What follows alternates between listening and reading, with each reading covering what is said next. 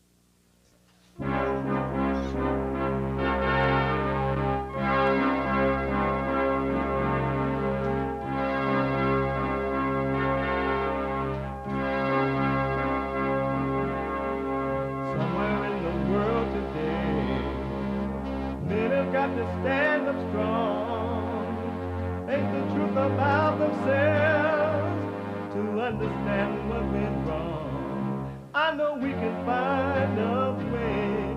I know we can find a way. I know we can find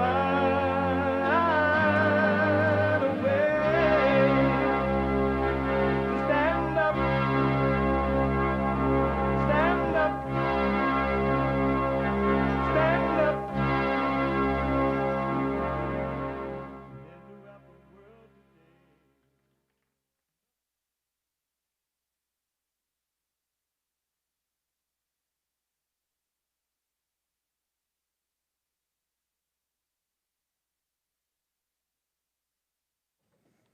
Uniting the races with truth.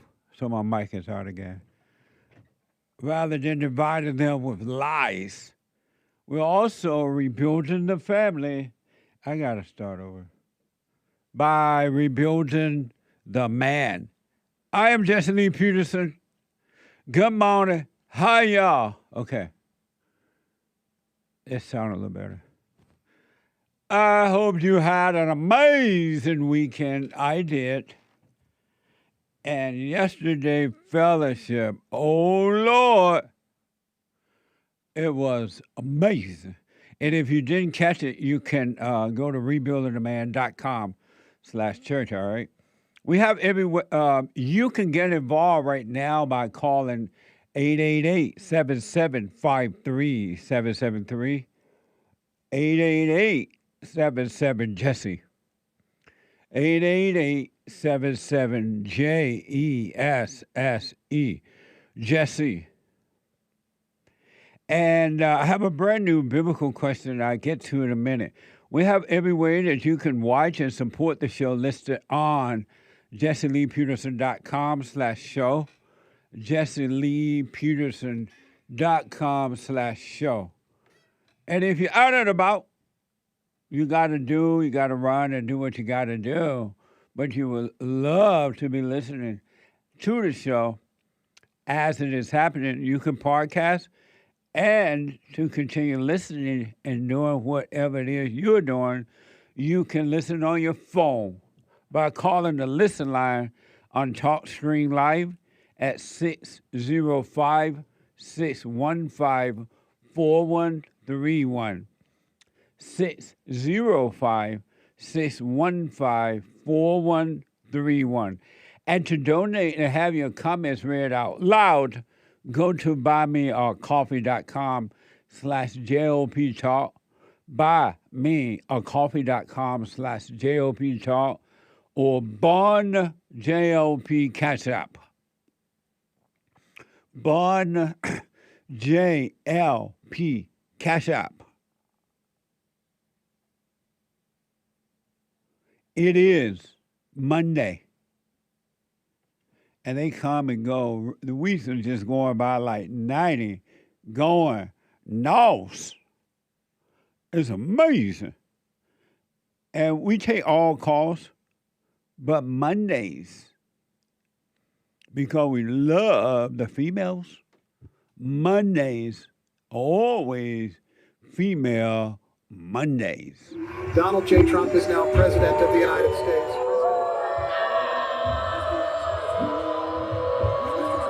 I get angry, I guess, when you mention that someone should have a children. Excuse me, it's ma'am. It is ma'am. I'm speaking.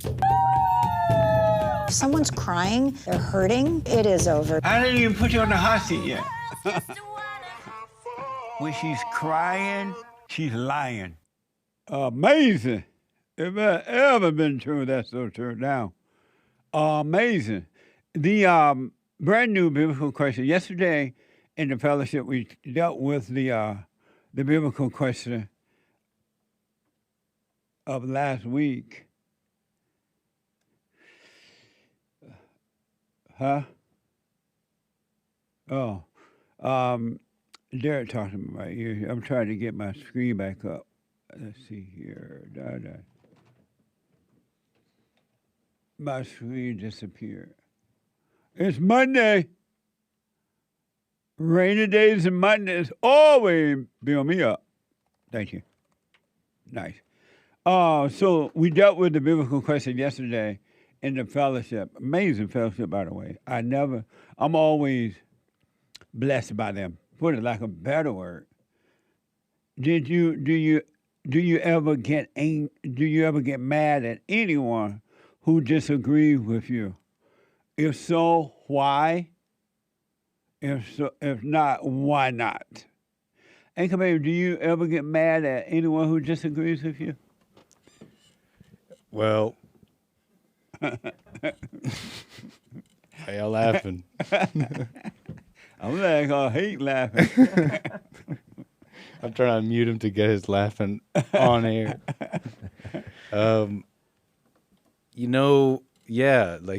Sometimes. And why? I don't know. Maybe it's a petty reason. I just don't like it when my girl disagrees with me. You don't? I feel like we should be on the same page.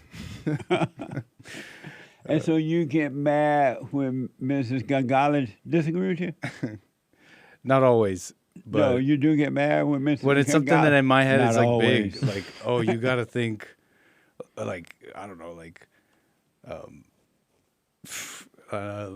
Bond is obviously the greatest thing ever, right? Right. That's just a joke, sort of. But things that are big in my head, I'm like, we got to be on the same page. And it bothers me. And do you get mad at other people when they disagree with you? Not really. But you can. Do you really? You No, do or not- you don't? No, because like I get on my show. Not really sound like you do a little bit, but not really. Because this is what I mean. Do you People- get angry at others when they disagree with you? Other than Mrs. Gonzalez. Well, you can pull something out of me sometimes. So Is what it is. So do you get mad at others when they disagree with you? Yeah, I guess that's what it is. Do you So get yes, but it's like I'll have people disagree with me on my show all the time, and it's not a big deal. But I don't know if I don't have like the right words to respond with you at the moment, I might get a little like flustered or something. Call that getting mad. So do you get mad at others when they disagree with you? Yeah, And why? cause I'm thinking the wrong thing. I'm thinking the wrong thing. So you do, and it's because you're thinking the wrong thing, meaning what? I'm thinking about the wrong thing. I'm thinking about them. About I'm supposed to be right. Who's wrong? I'm thinking about that. I'm thinking about okay. who's right, who's wrong, Interesting. and I'm thinking about fighting as opposed to not fighting. That's what it is. That's what it is. What? I'm thinking about fighting. Yeah. I'm thinking about who's right, who's wrong. Amazing. And how about you, Hake? These are my experts on the show, by the way, on the JLP show. Hey, do you get mad at others when they disagree with you? If so, why? If not, why not? Yes, I do. And why? Yes, I hear all proud. Yes, I do.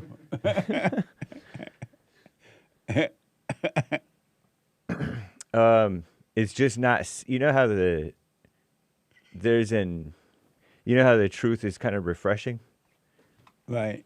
and it's unsatisfying when somebody doesn't agree with the truth, or something like that. There's like I don't know. What that means is unsatisfied when others don't agree with you. If somebody says something that's not true, it's frustrating Why? because it's a relief to hear the truth. What? It's a relief to hear the truth, and it's frustrating to hear something that is not true. And so why? I don't know. I mean, that's the.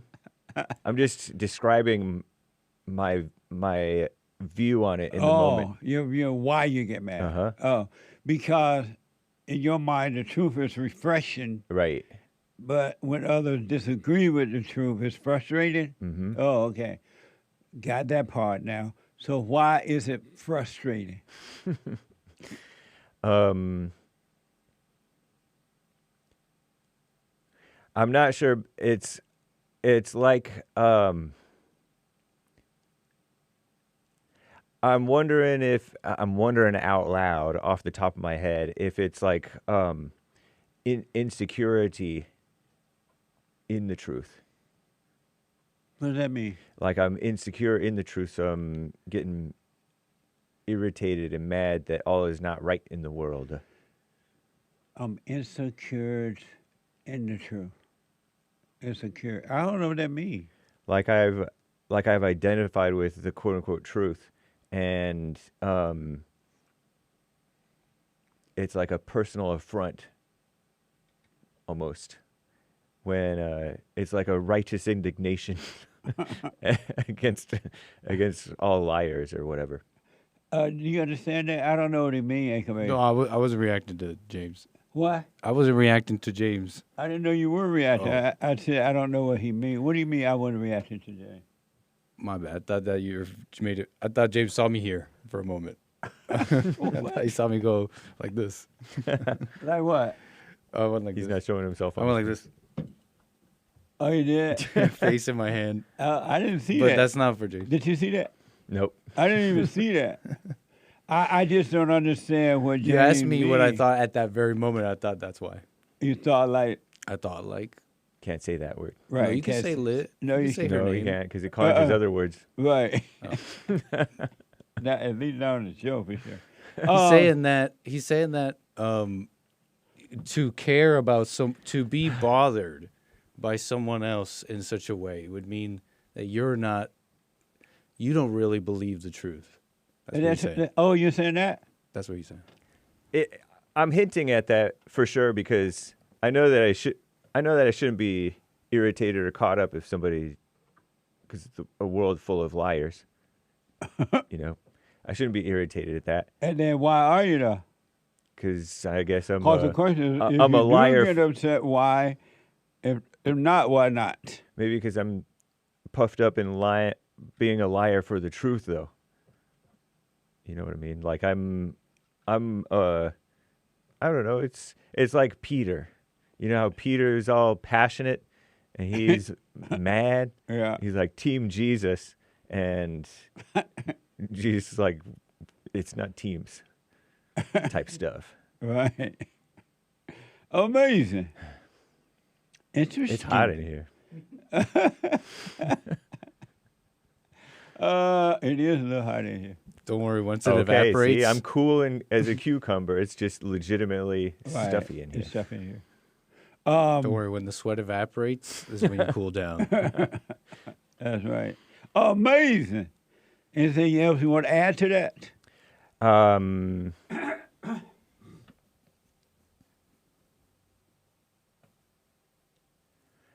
Just that it's false pride. American shooters.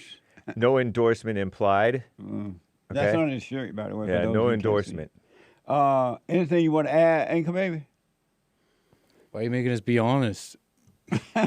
No, what I want to say is, what I really want to say. No, it's true. It's just a phony. It really is all ego. Okay. Jerome want to respond to last week's biblical question out of New Jersey.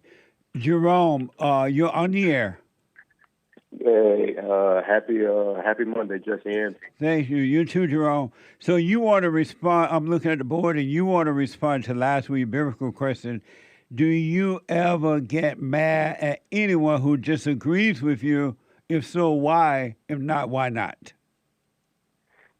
No, and I would say I never get mad because I love to hear like different opinions, and like I think of course, every time when somebody or I don't align with something that somebody says, it's not always a bad thing.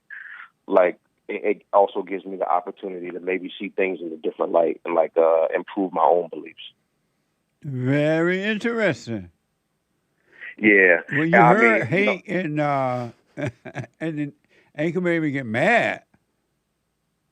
Yeah, I mean, that's kind of a common thing, and like you shouldn't, but it is what it like. Some people are going to get angry at it, and I think that it's I was kind of listening to them, but I know Hake said the truth is refreshing to hear. So sometimes when people disagree with you, it's like why are you saying that? So I can understand why they would say what they say. And so, what do you think about hate saying that the truth is refreshing, and when people disagree with the truth, he get mad?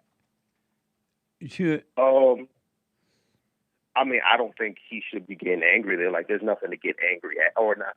Yeah, there's nothing to be mad and upset about. Like, okay, if they don't see it, everybody's not going to see the truth. And sometimes also, like, don't get upset because Hake may be wrong and the other person might be right, and you just think that your truth is correct because you're living in your own head and you're believing what you're thinking, but you could very well be incorrect as well. And you want to respond to that, Hake? Yeah, I thought of one more thing. Okay.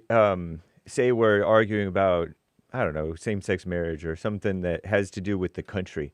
All right. I imagine a lot of people get in my head about, if you don't agree with this, then you're part of the problem, and this is going to be, we're going to continue to slide off the cliff as America. Right. You That's a good overinflate the importance of some person's disagreement.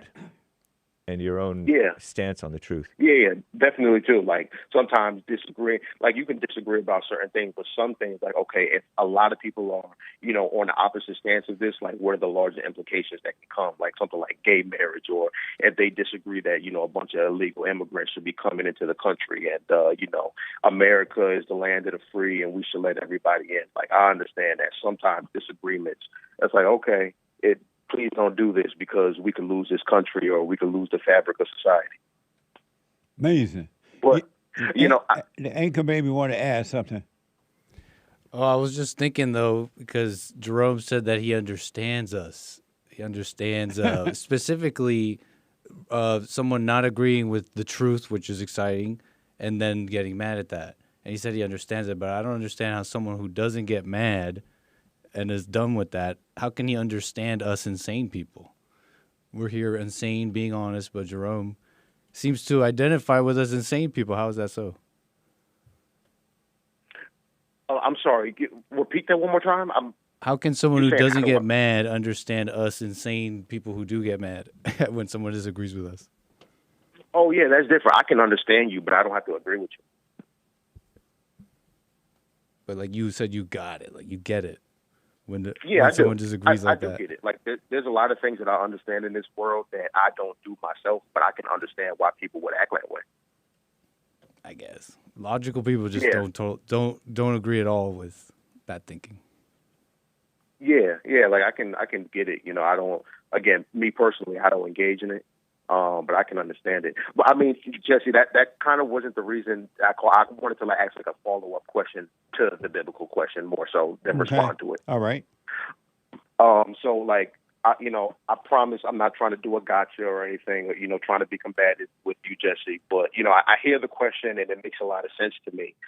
But, sometimes I do, or more than sometimes, a lot of times when, I'm watching, interviews with you or, people calling in, whether they're interviews on your channel, The Fallen State, or you're going on somebody else's, it does seem to be like a lot of times a lot of lashing out, maybe from you, Jesse, when somebody disagrees with you, like, you'll call them children of the lie or, Satan's children, or even a lot of time when I hear you speaking, like with people, I hear them saying that, like, okay, it seems like you don't like opinions that differ from yours, and anybody that thinks differently from you, like, you're right, they're wrong, and they're evil people. And I hear you say that a lot. Everybody is evil. So, when I hear that, it's like, sometimes it does seem like you get angry when people disagree with you. I just wanted to know, like, your thoughts on that. No, I'm never angry at anyone about anything. Just because they think it or say it doesn't mean that it's true. That's what they're thinking inside of themselves and what they're feeling. And then they think that all angry people think that their emotions come from outside, but it really has nothing to do with the outside. It's in them already. So yeah, no, I'm not angry at anyone about anything. Okay, yeah, I'm also just talking about your response when somebody says something that you don't agree with. Like it like I said, it just seems like, you're not able to accept when somebody has a difference of opinion. No, I always accept it. I'm not angry about it. I accept it, but they say that I am, but I'm not. Okay. That makes sense? No, not really. Like I said, what part of that doesn't make sense? Like, because what I'm talking about when I see, like, even it doesn't necessarily have to be like you arguing with like a liberal Democrat. It could be a conservative Republican or somebody that's not either way. It's just you're having a conversation with them, and again, when they say something that's different from you, it's like you resort to name calling. Sometimes, no, like I even don't. Yeah, you call them. I've heard you call people stupid, dumb, immoral, no good. No, godless. I say that. I've even heard you call women like bitches and stuff like that. Like, you really getting this mad? I didn't call them. Slow down. But you have. I've heard it. I say, but I don't. But how did that have to do with me being mad about anything? What does that have to do with that? You don't see that that's anger? That's not anger. Calling women bitches and calling people out their names is not. But when people do it to you, I don't call people out of their name. You have. I can show multiple times where you have. No. I mean, that's just incorrect. You have. No, I don't call people out of their name. So what do you call when you call somebody stupid, dumb, or moron? When you call women bitches, and when you call men beta males, when you call men losers, what do you? That's not calling people out their name. What is it then? No, that's not true, Jerome. It's not calling people out their name, and it's not that I'm mad at them. I know that. Well, what do you call it though? If it's not calling them have, out their name, I know that it's a spiritual battle, and I know that most people represent evil, and a few who are overcoming evil, men and women who are overcoming evil, is represent good, and so it's a spiritual thing, and that's all that I point out. It's not them, but it's something that made a home in them. I know, but you kind of just danced around my question. Well, I answered it the best I can. I don't know. No, I'm saying if you say it's not. When I say, like, let's say that I play a soundbite, and the woman is carrying on and mad and acting out, and I say, "What a bitch!" That means she's acting like a mad dog, a female mad dog. Right, but what if you do it when you're interviewing somebody and you're talking to that person directly and you call them out their name? What do you call that? I don't call anyone out of their name when I'm interviewing them. So, I mean, then again, just I'm not trying to gotcha, but you're just lying right now. You made an example of calling someone out of their name while interviewing. If you can think of one. I'm going to repeat. There was so many times when I guess weak men who come up there, they say, they listen to their wives or their wife is their partner, and you call them beta males, you call them losers. Again, you call them But I'm not when I'm doing the interview. We are having that discussion. We are having that discussion. We're just having fun on the show. No, but every time, no. You don't know how to have fun without being angry? I'm asking you that. Do you? No, I just told you I don't. Accept that. But you're just saying you don't, and everybody can. Well, that's all I can do is tell you that I don't. I can't make you believe it. What the? But your actions say something else. Okay. Okay. I mean, it seems like you just want to argue, and it's fine. I'm not arguing at all. You're the one arguing. No, but. Okay, and that's fine. All I want to do was call up and say that, it doesn't seem like I'm going to get my question answered. Right. I'll leave it there, Jesse, but thank you to you and the team. Right on, Jerome. Thank you, buddy. Yeah. Bye. Super. Super chat. Super chats. On X, the live stream yesterday, Walter T says skin color is irrelevant. That's for sure. And if you don't know how irrelevant it is, too. Go ahead. Those who purport a divisive bent even today are the reason why America remains divided. Yep. Amazing. Thank you. Very good input. Crevin gifted a subscription on the Jesse Lee Peterson Rumble. Who's that? Crevin. Thank you, Crevin. Amazing. You got to know how to rumble. Thank you. Pardon me if I'm butchering it. Krevvyn.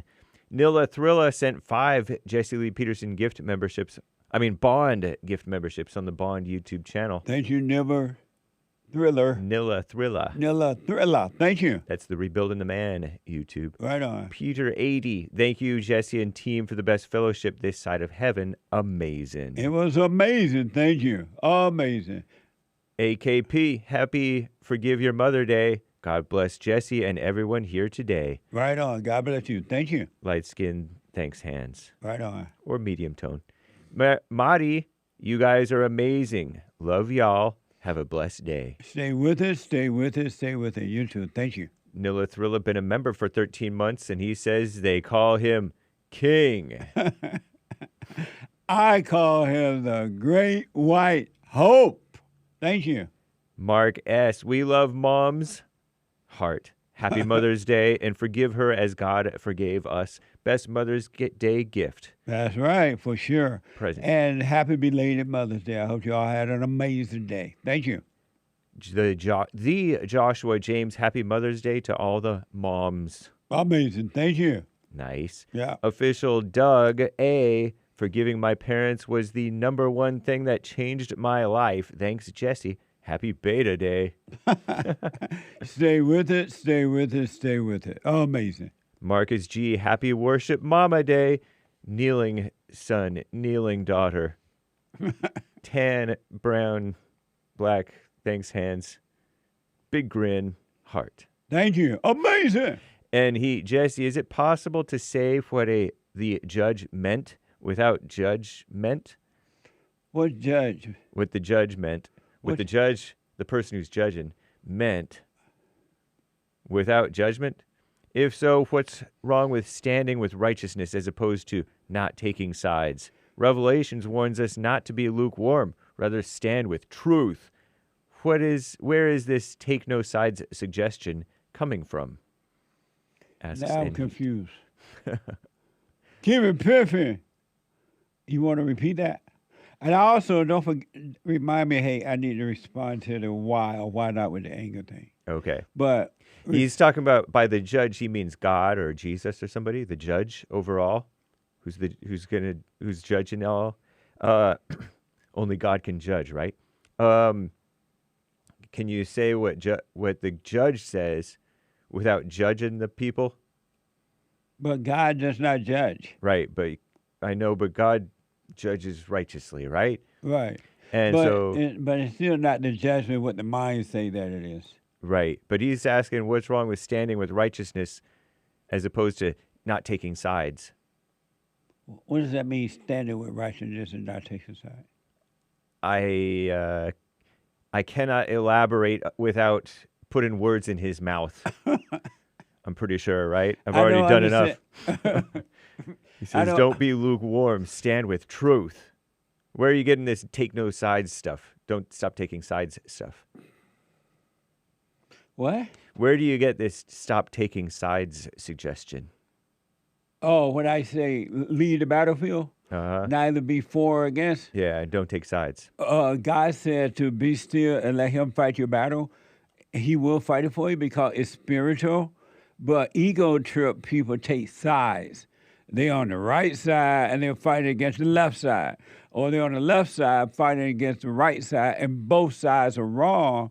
There's two devils fighting, and no one ever wins. It's just two devils. But if you lead the battlefield and don't be neither for or against, you allow the spirit of truth to fight for you. Otherwise, just two ego trips fighting. I hope that answered it. Thinking that you're standing on truth. Right.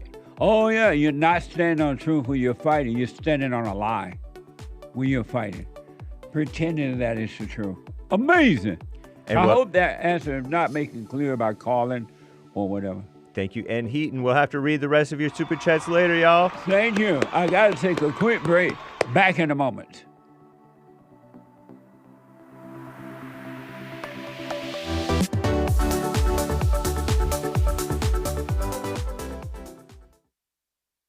Check out Punchy's Coffee. I have my own coffee now. Punchy Coffee is good. Every bag is roasted to order. Freshest flavor. Top quality. Specialty grade beans. Good. Every dime goes back to Bar, my nonprofit. And we are rebuilding the family by rebuilding the man. So when you're drinking coffee and enjoying it, just know you're helping somebody. Amazing coffee. Punchy has his own coffee now. What the? And it's so good. All the way from the plantation to my own coffee. Who would have thought? Did that coffee come from the plantation? Did I pick my own coffee? Check it out. Go to rebuildingtheman.com, rebuildingtheman.com/stores, and get Punchy's Coffee.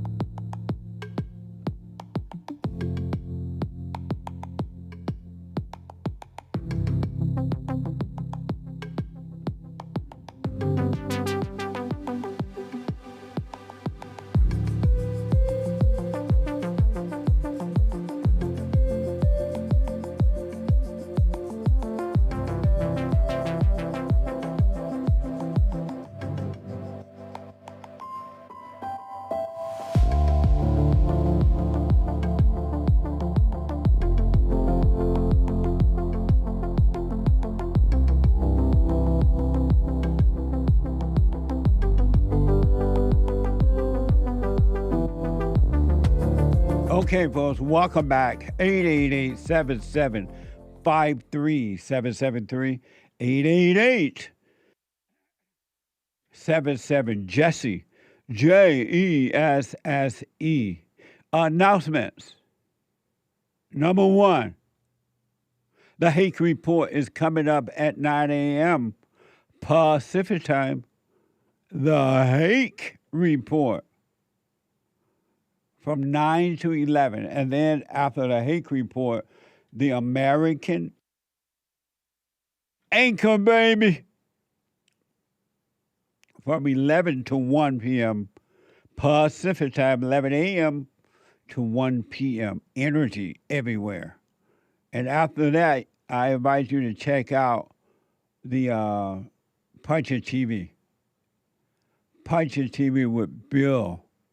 PUNCHIE.TV with Bill. You can podcast that. He does brand new episodes every Wednesday at 2. But in the meantime, you can podcast that. And last but not least for now is a quick reminder to, because there's such limited amounts, that remind you, and they are going fast, to get your American Hope corn. Watch this. Hi, I'm Jesse Lee Peterson. 2026 marks 250 years of America, and they have put my face on this beautiful silver corn to commemorate this occasion. That's amazing. Call 800-411-2663. That's 800-411-BOND. Grab yours now before they are gone. And you can also go to jesseleepeterson.shop. jesseleepeterson.shop. And again, don't blame me if you wait too late, because they are going fast and we only have a limited amount. And every dime goes back into doing the work here. So not only are you investing for yourself, you're helping us to help others. Amazing. So I want to respond to the biblical question of last week. And do you ever get mad at anyone who disagrees with you? Why, if yes, and why not? Well, the only reason, and the only reason that anyone would get mad at another person for disagreeing with them is because you have two devils fighting. And both devils are on an ego trip. And both devils think that they're right. And both devils get mad because you don't agree with them. Because if they were of the truth, they would know that the truth has nothing to do with them at all, and that the truth is the truth that's working through you. And if someone don't agree, fine. You leave them in their disagreement, but don't get mad at them. Christ never got mad at anyone who disagreed with him about the truth.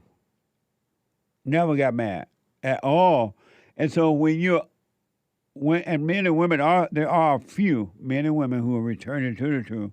They are losing that anger, period. And if you want to believe the truth, fine. If you don't, fine. It doesn't change anything about them, because they know that the truth is given to those who want it. So anytime anyone gets angry about the truth, they're totally on an ego trip, and they want you to believe what they believe so it can confirm that what they believe is true. You don't need an outside confirmation about the truth at all. Amazing, huh? So both sides are on an ego trip. What do you say to that, Anchor Baby? Exactly. That's exactly what I was going to say. What do you say to that? The other side might not even be on an ego trip. What do you mean? Might just simply not agree.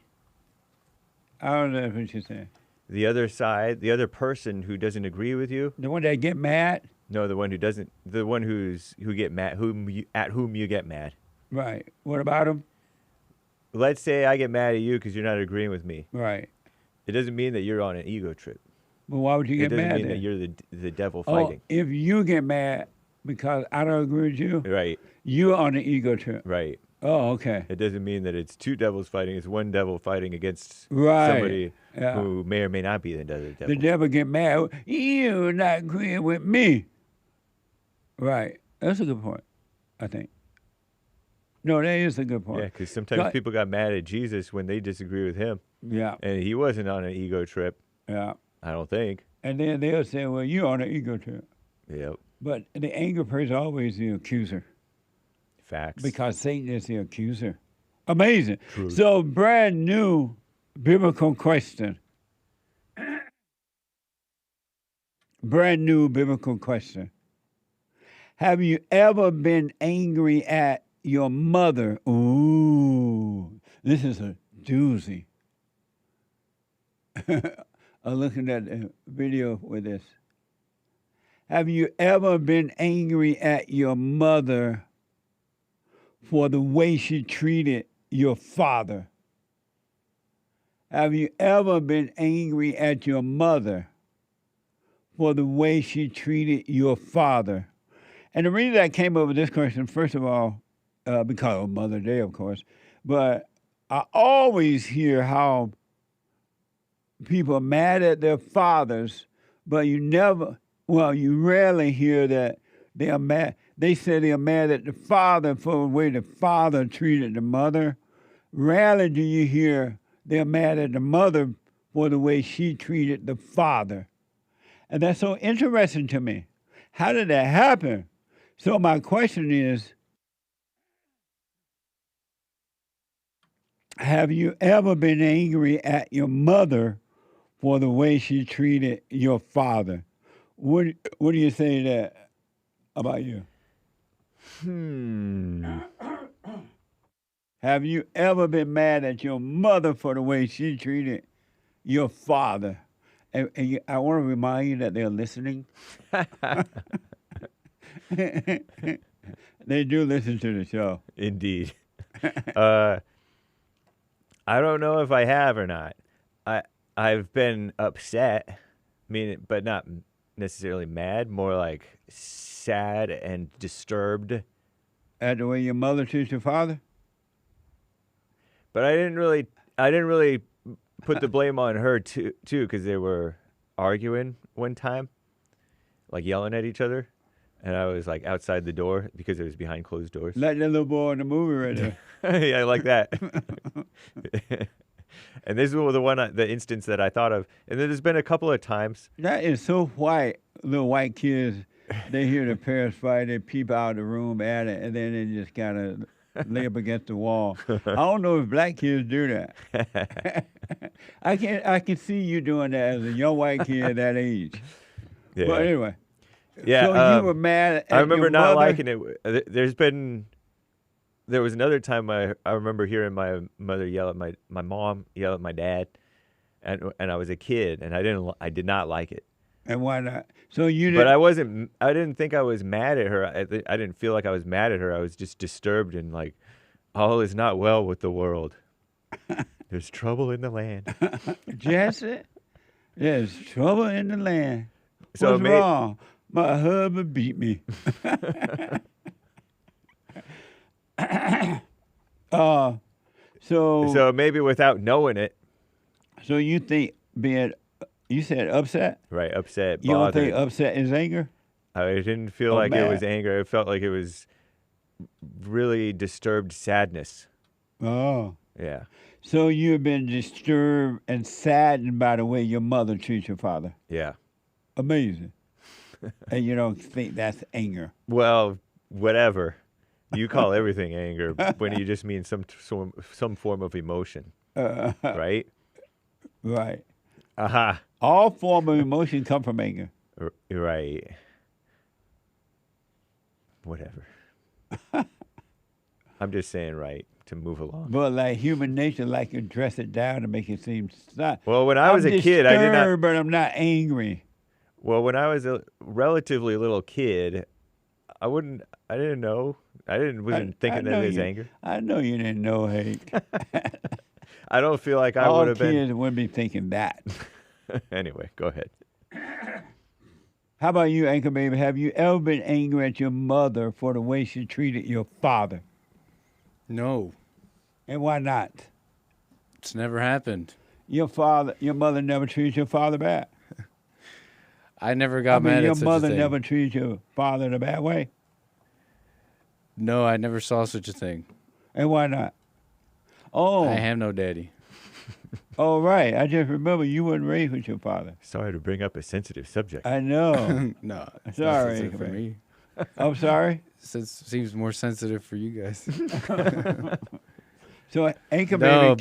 but I do. Anchor That Baby- answer was honest though, because I was thinking about it. How like I never really was particularly, especially young, like particularly bothered by the actions of the women in my life. Like it seemed normal, But and then eventually it was not. But you can't. But you weren't raised with your father, so you never see your mother treat your father any kind of way, right? Right. Oh, okay. Oh, amazing.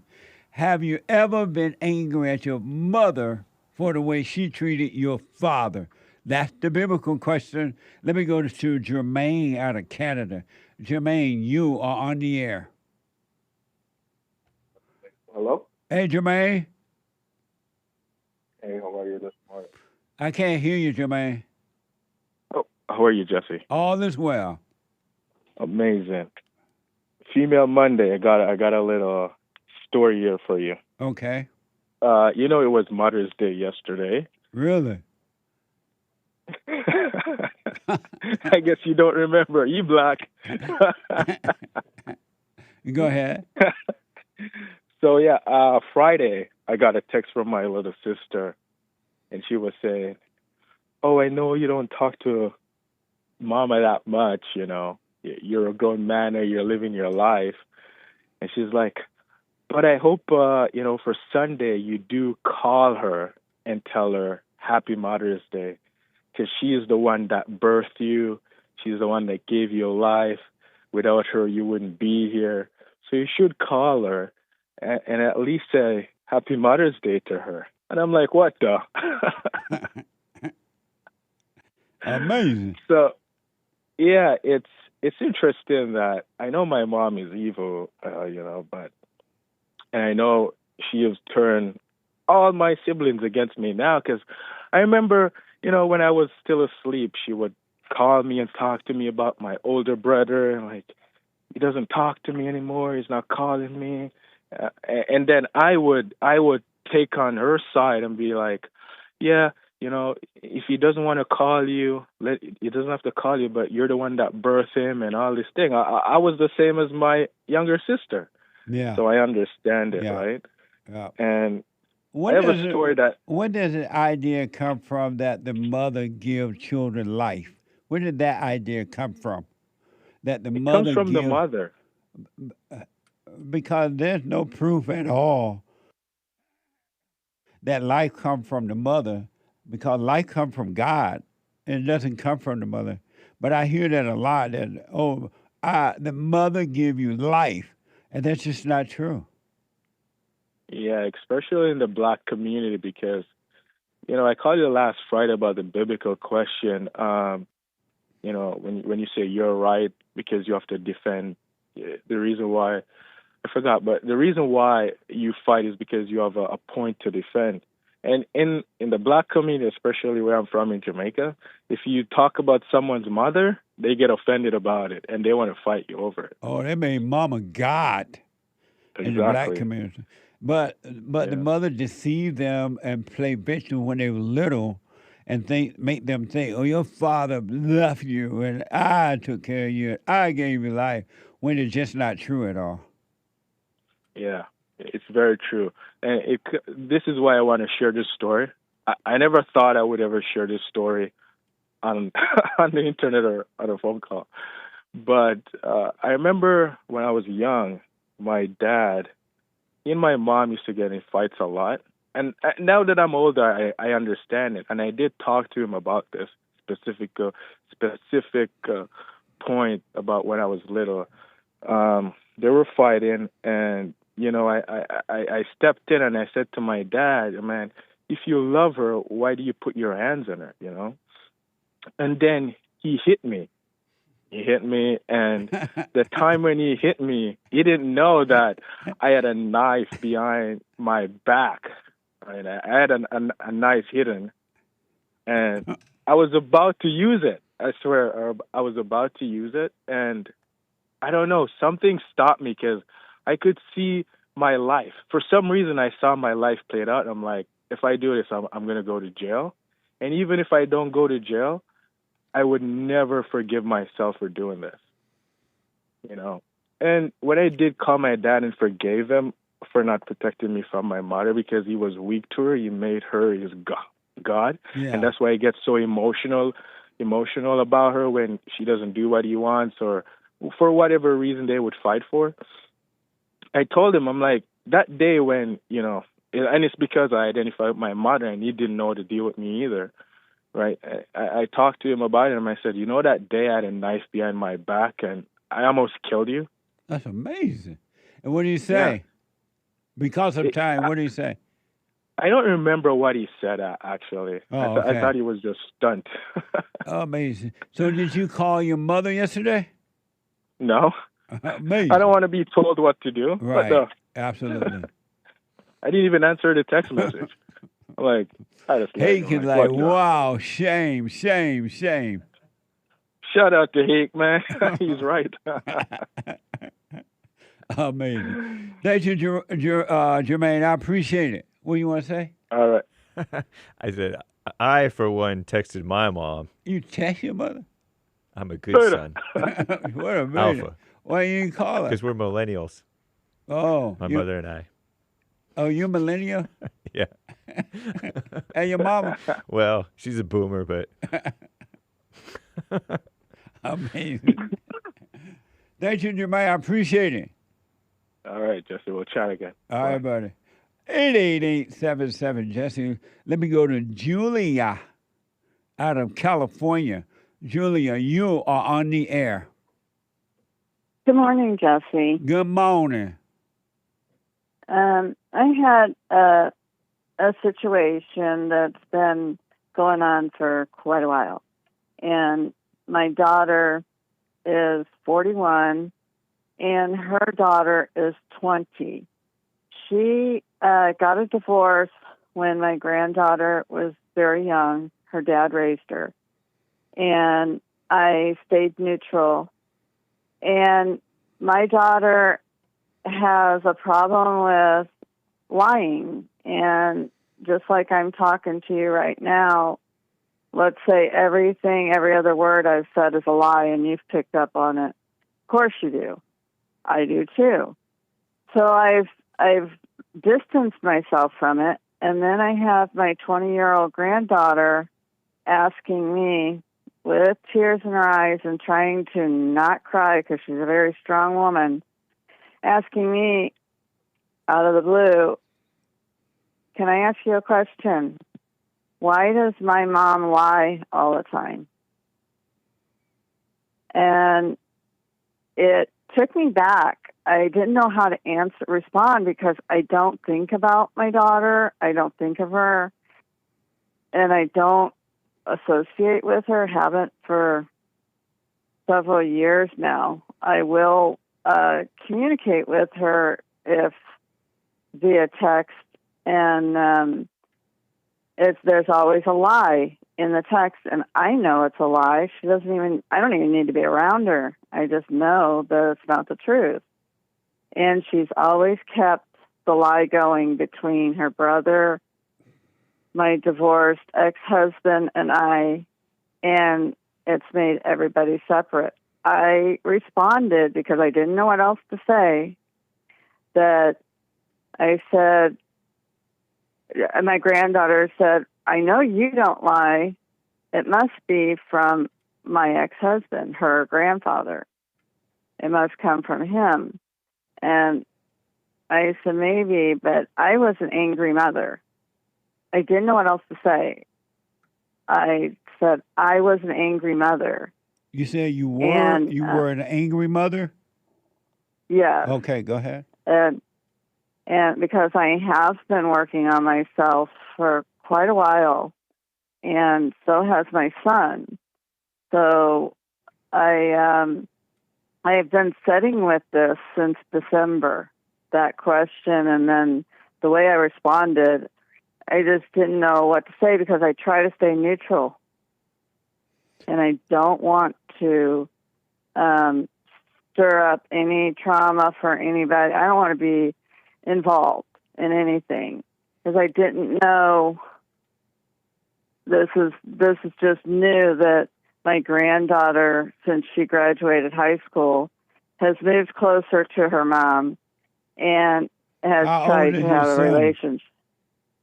My son is 42. Oh, okay.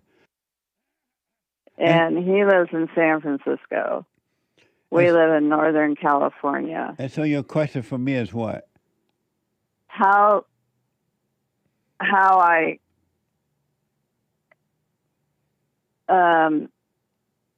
answer my granddaughter. Tell her that her mother is lying because she hates you, and that when she was growing up, you were so mean to her, she had to lie as a kid, trying to protect herself from you.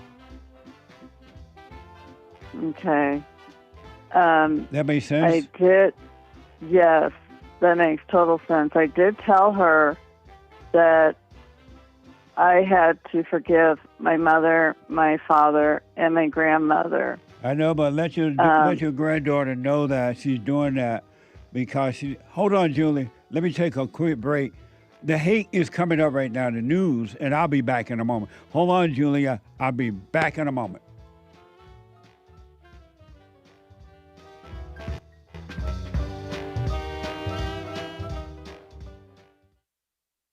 Now, I totally disagree with the way things are going, but you can't be angry because that's what the enemy wants. He wants to control you. They do things to make you mad so they can control you. It's like being married, and the wife would do things to make you mad, or she'll do things to make you feel good. And men do that to women too when they want something from the woman, especially sex. They'll make her feel good, or they'll make her angry.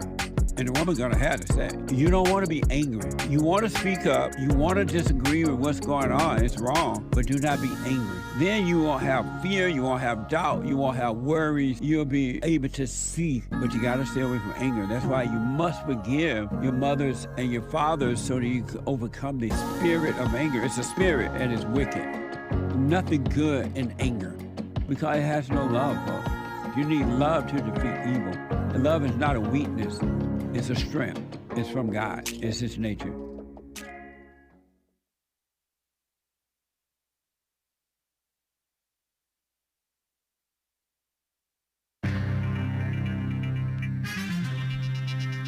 So there are experts who are questioning the CDC, the non-scared, non-woman-led CDC, Centers for Disease Control and Prevention, reaction to the deadly hantavirus outbreak on a cruise ship. Isn't that interesting? And Trump has rejected Iran's response to a U.S. ceasefire proposal. Nice. This is the end of hour one of the Jesse Peterson Show. It is Female Monday. Everybody loves Mondays, and we all ought to love the females. Call in, ladies. Men are also welcome to call in. Hang tight, callers. JLP will be right back to your calls. That's Jesse Lee Peterson. And there is one line open. If you have not already gotten on air once and you're not already on hold, you can call in right now, even during hake news, not fake news, to get on hold, to get on air with JLP. We'll also get to your super chats from yesterday and this morning or today, all right? And more great stories. Ground News reports one U.S. citizen tests mildly positive for hantavirus. I didn't know that there was a mildly positive. And another one has mild symptoms for hantavirus. One of the 17 Americans repatriated from a hantavirus-struck ship tested mildly positive for the Andes strain. Andes. Is that down in South America? Not sure. And another one has mild symptoms, according to the U.S. Department of Health and Human Services. Both symptomatic passengers are traveling in a biocontainment units aboard the plane transporting all U.S. citizens to the United States. Wow. Quarantined. The second passenger with mild symptoms. I'm chuckling because I call people gals mildly attractive, but these people have mild hantavirus. They have not yet been confirmed infected with hantavirus, the one with mild symptoms. Okay, so it may or may not be hantavirus, but this thing is serious. It has 35 to 40% fatality rate. I heard. All 17 citizens will be further screened upon arrival at medical facilities in Nebraska, including specialized treatment centers for emerging pathogens. All right, and far left AP says that they're criticizing the CDC. And why? In the midst of that hantavirus outbreak that involves Americans is making headlines around the world, U.S. government's top public health agency, so-called public health, the Centers for Disease Control and Prevention, has been uncharacteristically MIA, according to a number of experts, missing in action. So whatever. Trump said, quote, "We seem to have things under very good control," he told reporters Friday evening, just before the weekend. To experts, the situation aboard a cruise ship has not spiraled because unlike China virus, the COVID-19, or measles or flu, hantavirus does not spread as easily, okay? It's been health experts in other countries, not the United States, who have been dealing primarily with the outbreak in the last week. The CDC's diminished role in the outbreak is an indicator the agency is no longer the force in international health or a protector of domestic health that it once was. So said some experts. But we know how we feel about experts with a leery side eye. Not until late Friday did CDC actions accelerate. Health officials confirmed the deployment of a team to Spain's Canary Islands. You know, the Canary Islands rejected that cruise ship for a second. I don't know what's going on. The ship was, at least one island did. The ship was expected to arrive early Sunday local time to meet the Americans on board. They sent a second team with Offutt Air Force Base in Nebraska as part of the plan to evacuate the American passengers from a ship to University of Nebraska Quarantine Center for evaluation and monitoring. CDC issued its first health alert to U.S. doctors, advising them of the possibility of imported cases. Whatever. And with the this is an interesting news. Netanyahu, everybody's favorite person, all right, wants Israel to draw down to zero American financial support. On Sunday, Israeli Prime Minister based Benjamin Bibi Netanyahu, some of you differ, told CBS News 60 Minutes this. Nice. I'm James Hake. Now back to JLP, Hour 2.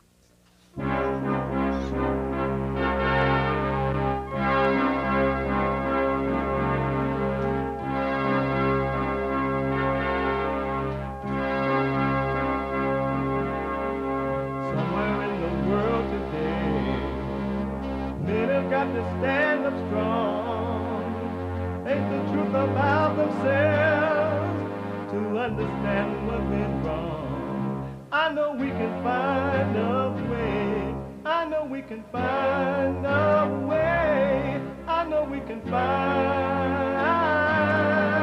a way to stand up, stand up.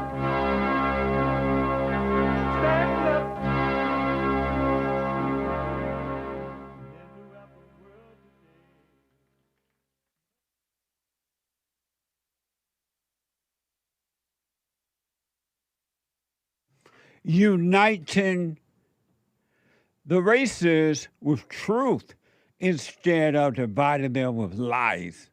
We are also rebuilding the family by rebuilding the man. I am Jesse Lee Peterson. Good morning. Hi, y'all. You can get involved by calling 888-7753, 773-888-77-JESSE. And my brand new biblical question, a doozy for those men and women who want to overcome. Brand new biblical question. Do you ever get mad at anyone? No, that's not it. Oh, they didn't put the brand new one in. My bad. Let me see. Could I make the change?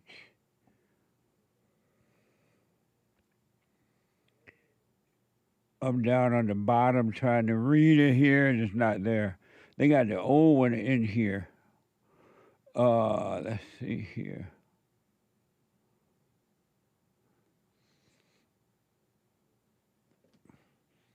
Have you ever been angry at your mother for the way she treated your father?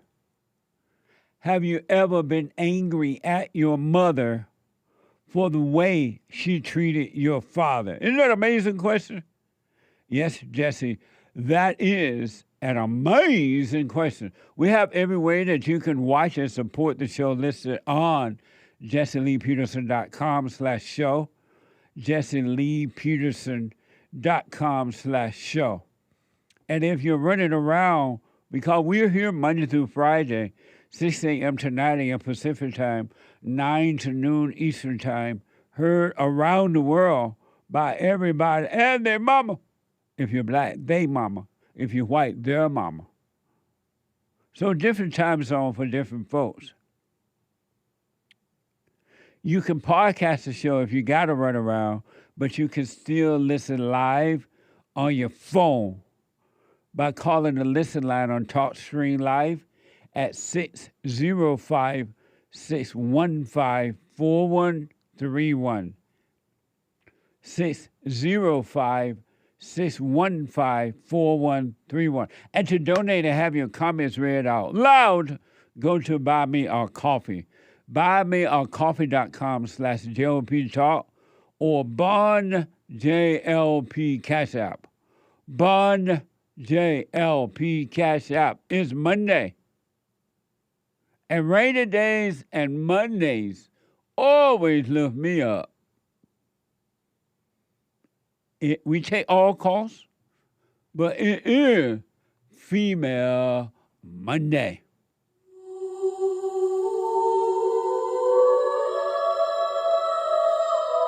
All my life. You probably need a good black woman in the room. My fatness doesn't devalue me. Why? How dare you? I'm sorry, Mama. I'm not afraid of her. Wanna have fun. I rest my case. What a mess. What an amazing video the Anchor Baby put together there. Let me go back to Julia, her granddaughter who is in her 20s. Ask her why is her mother such a liar? And Julia didn't know exactly what to say to her. So, Julia. Yes? Why didn't you tell your daughter it's because she, as a young kid, she didn't know how to deal with your anger and stuff, so she lied in her mind to protect herself? Why didn't I tell my daughter that? Your granddaughter that. Oh. I told my granddaughter that I was an angry mother, but at that time, because I don't talk to my daughter because of these issues with her lying to everybody in the family and separating everybody so nobody talks to anybody, because she thinks that if we talk to each other, we're going to catch her in her lies. She's lied. But why didn't you tell your granddaughter is because she feared you growing up? I didn't know that in depth. I knew I was an angry mother, so that's why I told her I was an angry mother. I did not know exactly where it came from. She wanted to know when it started, all these little things that I didn't know how to answer. And so, because I had talked about it. Have you apologized to your daughter for what you've done to her? Yes, I have. I apologized to her several times then in a text. What did you say to her? I told her that I was sorry for everything that I had done to her as a child, and that like I've been working on myself, so I reiterated the fact that I had to forgive my mother, my father, and my grandmother. And what did she say when you told her that? That was in a text. I stopped talking again because she just goes off the handle. And why didn't you have a face-to-face conversation with your daughter? She's chosen to her. She thinks that there's. I guess she thinks there's nothing that can be done. And I just texted her and told her that I have had to forgive, and that's what I've done. But why haven't you had a face-to-face conversation with her? She's working, going to school, and she doesn't live close to me, and I don't even know how to get a hold of her. I mean, I don't even know where she lives. You don't know her phone number? Yeah, I do, but she won't answer me. Can't you FaceTime with her? I could if she would make that time to do that, but have you taken the side of the family against her? No. We don't even talk. I just talked about it yesterday with my son, and I said, I don't know if I need to call Jesse or and he's like, well, what's going on, you know? And I didn't want to get into it with him because it's not his responsibility to take care of it.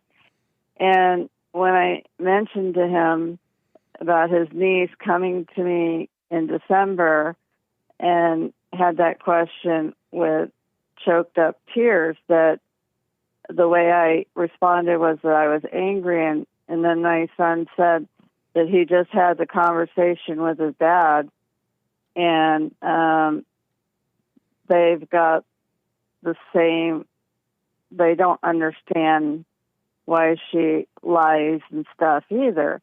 I've apologized to my ex-husband for being angry. My son and I both are working on ourselves. We don't talk about this working on ourselves. This is our own journey. And so your question for me is what? So I wanted to know, because I knew it was because I was angry, but I didn't know why she lied, and I didn't know how to respond. So I've just been letting it be for right now until I had the correct answer for her. Well, most kids, and not all, but most kids, when they do start lying at an early age, is because they do resent the mother, and in their mind, they think they're protecting themselves from her, and that's how they do it. Some kids may start lying because they're tempted to steal, or they don't want to get in trouble, and one lie leads to another. But I would suggest that if you can talk to your daughter, just say lying is not good that she's lying, but she doesn't need to protect that anymore, and you recommend that she forgive you. You can't make her forgive you, but you recommend that, and ask her, other than trying to protect herself from you, did something else happen in her life that tempted or brought on the lying thing for her? And don't judge her at all. And once you get the understanding, you move on, and if the relationship works out, fine. If it doesn't, fine. But try to have a sober conversation with your daughter, if you can. Okay, yeah. And then keep the other family members out of it. Yeah, okay. I know when it started and how it came about, what age and she was living with her dad. I moved out, and because I felt they needed their dad at the time when we got a divorce. How old was she at the time? She was 16. When you left, she was 16? Yeah. Oh, okay. When we got a divorce. Okay. She was in high school. My son graduated that year. And I knew she needed her father because my dad died. And my mom, I was mad at my mom for arguing with my dad. But I didn't know. I was until after they died. My dad was a mild, meek man. He couldn't handle my mom. My mom and dad argued when I was really young. Yeah. And I remember that innocence being taken away. So and you they did it forgave in your front of me. parents? Yes, Okay. I did. And my grandmother. My grandmother was a yeller at her husband. Yeah. And I didn't understand any of it. My mom worked, and I didn't understand until I got older that I was angry at her and how it all came about. But Right and so yeah, are you doing the thing, silent prayer and everything now? oh my gosh, yes. Okay. The silent prayer, when you talk about the things that happen when you're doing the silent prayer and Satan not wanting to leave and your body having things go on. I've gone through, and it's the ego dying. I've gone through, and I thought I did kind of get scared, but these things have happened before, and I knew the feeling of it being really heavy and almost like you got a stimulator on your body, and it's shaking, but you're not shaking, and kind of like you're being weighted down. And I went through that about 2 weeks ago, and because I was learning about the ego dying, and I can see why people don't continue with the silent prayer, and why you say keep going, Yeah.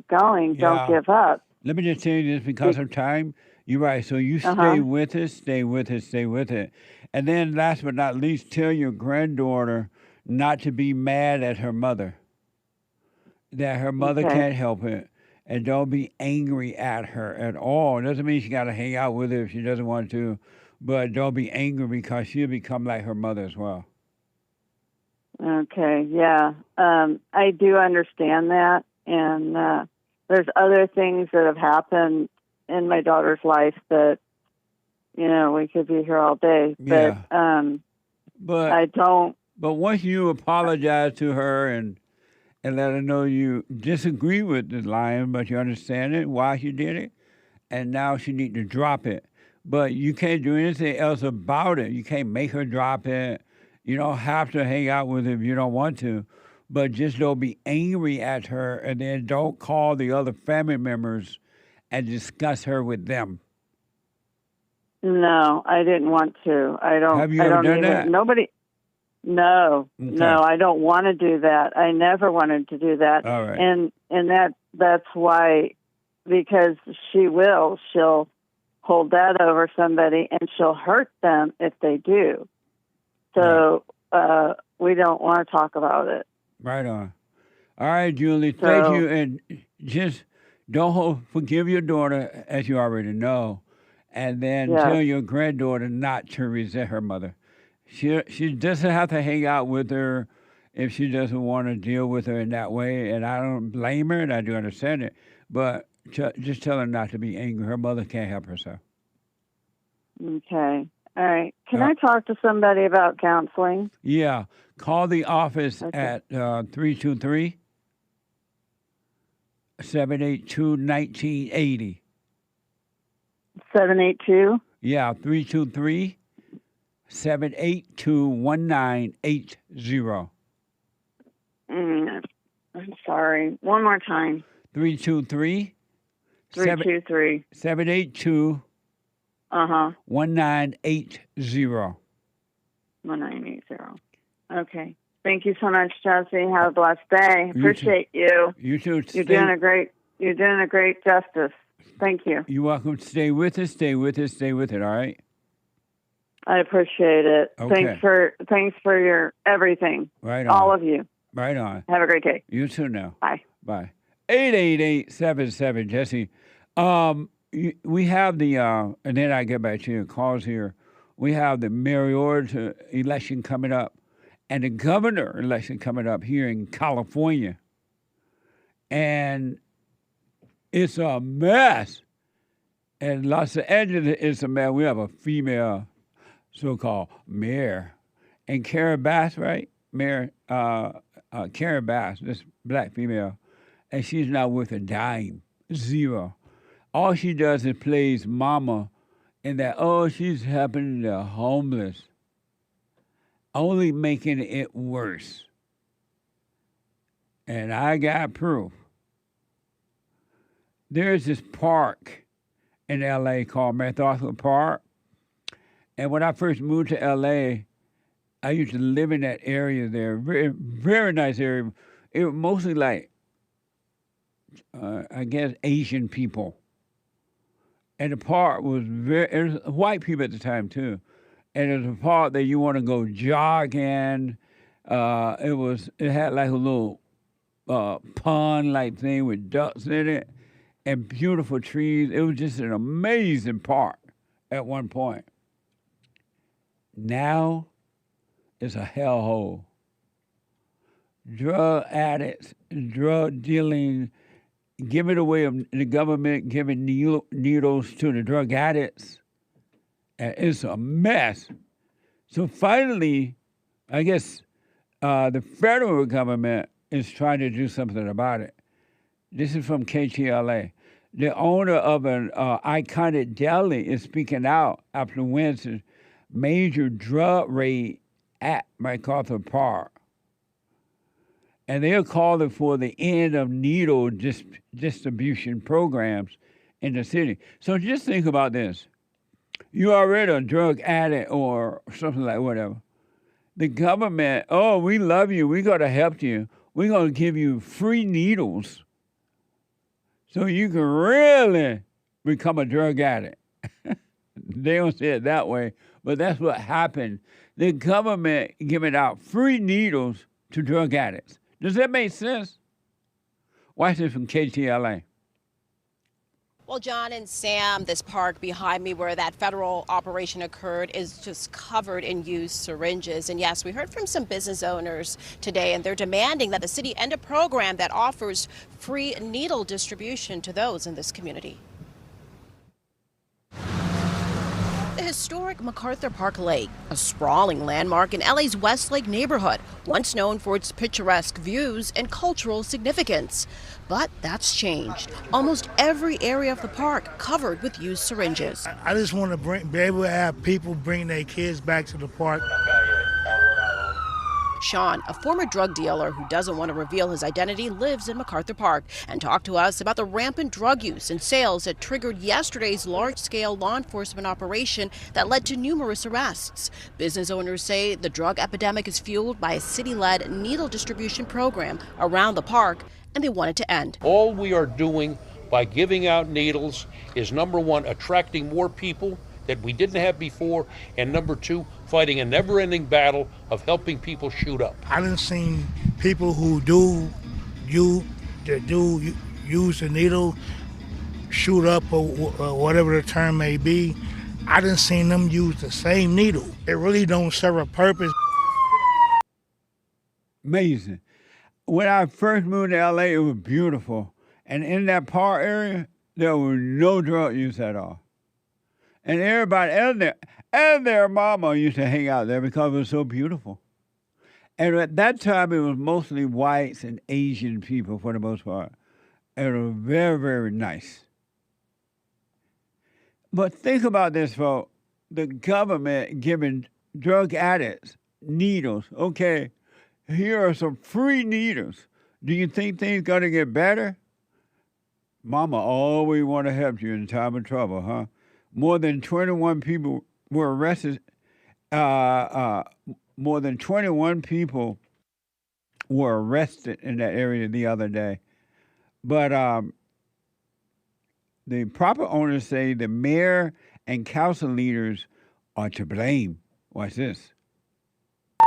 On Wednesday, teams of local and federal agents stormed MacArthur Park, arresting those allegedly trafficking fentanyl and meth. Officials saying the 18th Street Gang and Sinaloa drug cartel are also tied to the illegal narcotics sales operations. Yesterday, 21 arrests were made. There's still 7 people outstanding. 19 kilos of fentanyl was seized. That's enough to kill 190,000 people. Street value on that's about $10 million. Law enforcement officials also arrested a South LA couple accused of hand-delivering drugs, storing and stashing narcotics at businesses by the park. Langer and this property owner, John Alley, said arresting those involved in the drug trade is just part of the solution. They say the mayor and council leader for this district are part of the problem and want them to stop programs that hand out needles and Narcan. The councilwoman should be advocating first and foremost. This is the most dangerous area of her district. She doesn't come around here, and she should be here. But she also committed recently $160,000 for this needle giveaway program. That doesn't help the problem go away. All that does is fertilize it and help it grow. It's so bad. They built a park over there within the park to take the kids over there to keep them coming over here. Because of the drug use. Yeah. Amazing, huh? This is what happened when you put mama in charge. Women were not created to lead. They were created to follow. They are too emotional to lead. And this is what happens. Every area of life, even in the home, if the woman is leading the home, this is what you get. Angry children. A councilwoman denied there was a NEDA program, but Karen Bass said she support the health and safety of Angelenos, all Angelenos. Watch this. And we did hear back from Councilwoman Hernandez's office, and they said in a statement that there is no city-run needle exchange or distribution program. And take a look at this. A representative with Mayor Bass also responding to inquiries from KTLA. The mayor saying in a statement that she supports the health and safety of all Angelenos. She wants to see people struggling with addictions get the help they need to gain and maintain sobriety. Needle exchange programs like this are not designed to end people's addictions, and we should be doing everything we can to end drug use in our parks. Again, that statement coming from LA Mayor Karen Bass. That's the latest here. Amazing, huh? Now do you see why things are not going to get better in my country? It's been set up so it doesn't get better.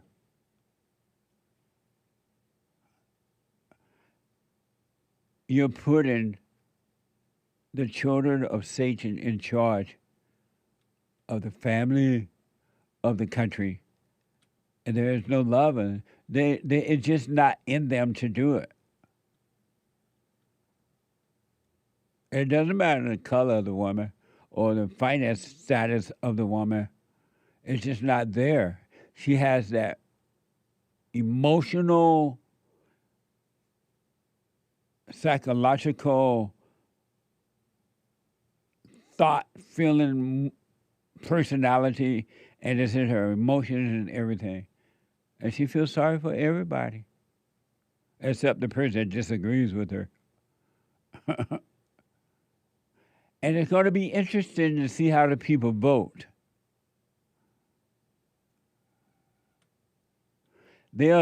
So you're helping the drug addicts by giving them needles. And that makes sense. Oh, you're a drug addict? Here's a free needle. Just stay here in the park and use these free needles. And how is that going to help the park get better? Or cost the park to get better? I am a witness to it. There was a time when no drug addict was in that park. If they were hiding. You may have seen some, maybe if they were smoking pot, but I don't know. It was just a safe park.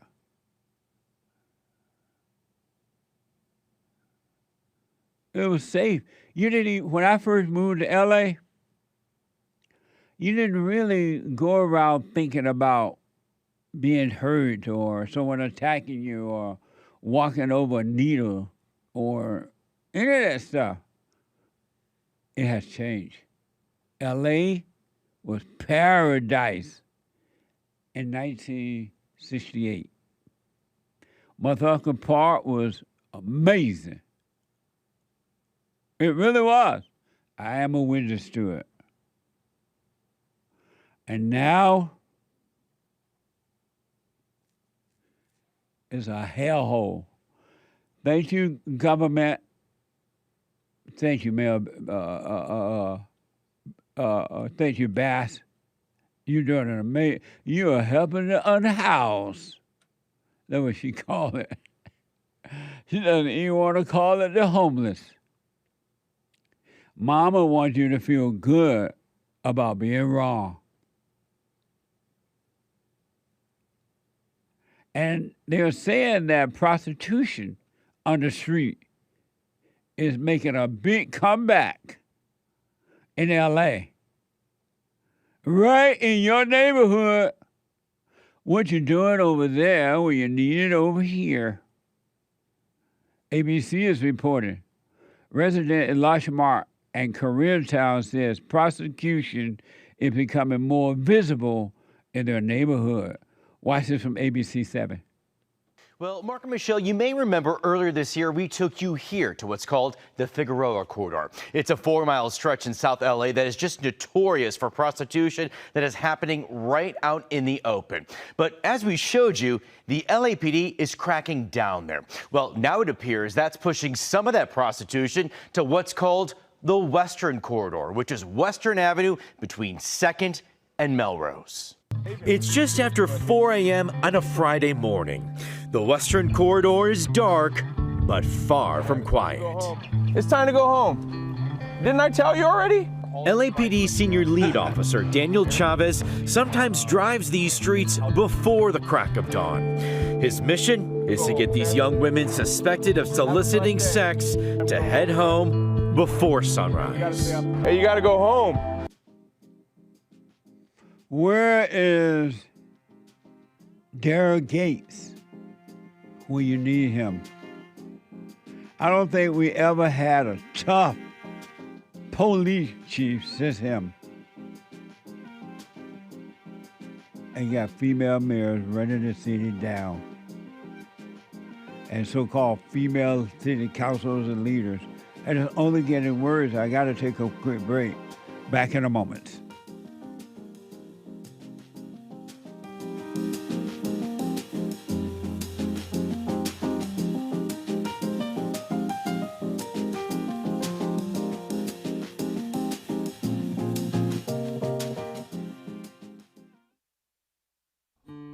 We have a counseling service, and I have to admit, thanks to God, it is the best counseling service on this side of heaven. I counsel with men and women, families, individuals around the world. Most people are unhappy, they're miserable, they have rough lives, they're depressed, suicidal, young and old, of all races. I understand, I know why, and I do understand it. Because exactly what's happening in me is happening with everybody outside of me, inside of them. And I've noticed that with those who really, really, really want to understand, they overcome it just like that, out of one counseling session. If you need counseling, you can go to rebuildingtheman.com or call 800-411-2663. 800-411-BOND. Best counseling service on this side of heaven.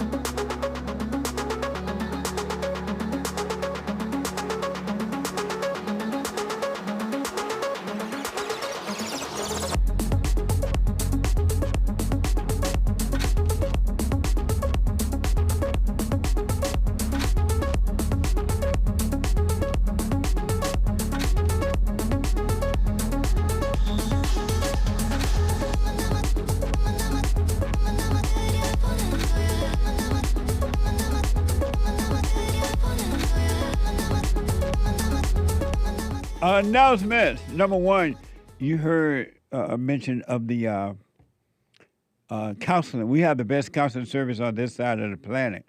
By phone, Skype, or in person. And it's not even Skype anymore. It's called something else. I forgot. But in person. And Zoom. Phone, Zoom, in person.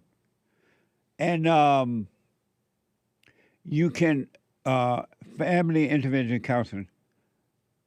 You may only need one session. Some people want to come back. Oh, I want another one. But if you need counseling, go to rebuildingtheman.com, rebuildingtheman.com, or call 800-411-BOND, 800-411-2663. All right? And check out our merch. It is amazing. Anyone with anger is evil. This shirt I have on now is amazing. Anyone that has anger is evil. Anyone with anger is evil. The gold 250 years celebration of the Civil War. It's amazing. And the punchy coffee, made you want to holler, throw up both your hands. And the books are amazing. And I know that we are out of the antidote. Come back, Nick. I know we're out of the paperback antidote. We're having it. We got to have it reprinted. But you can get the antidote. It's an amazing book.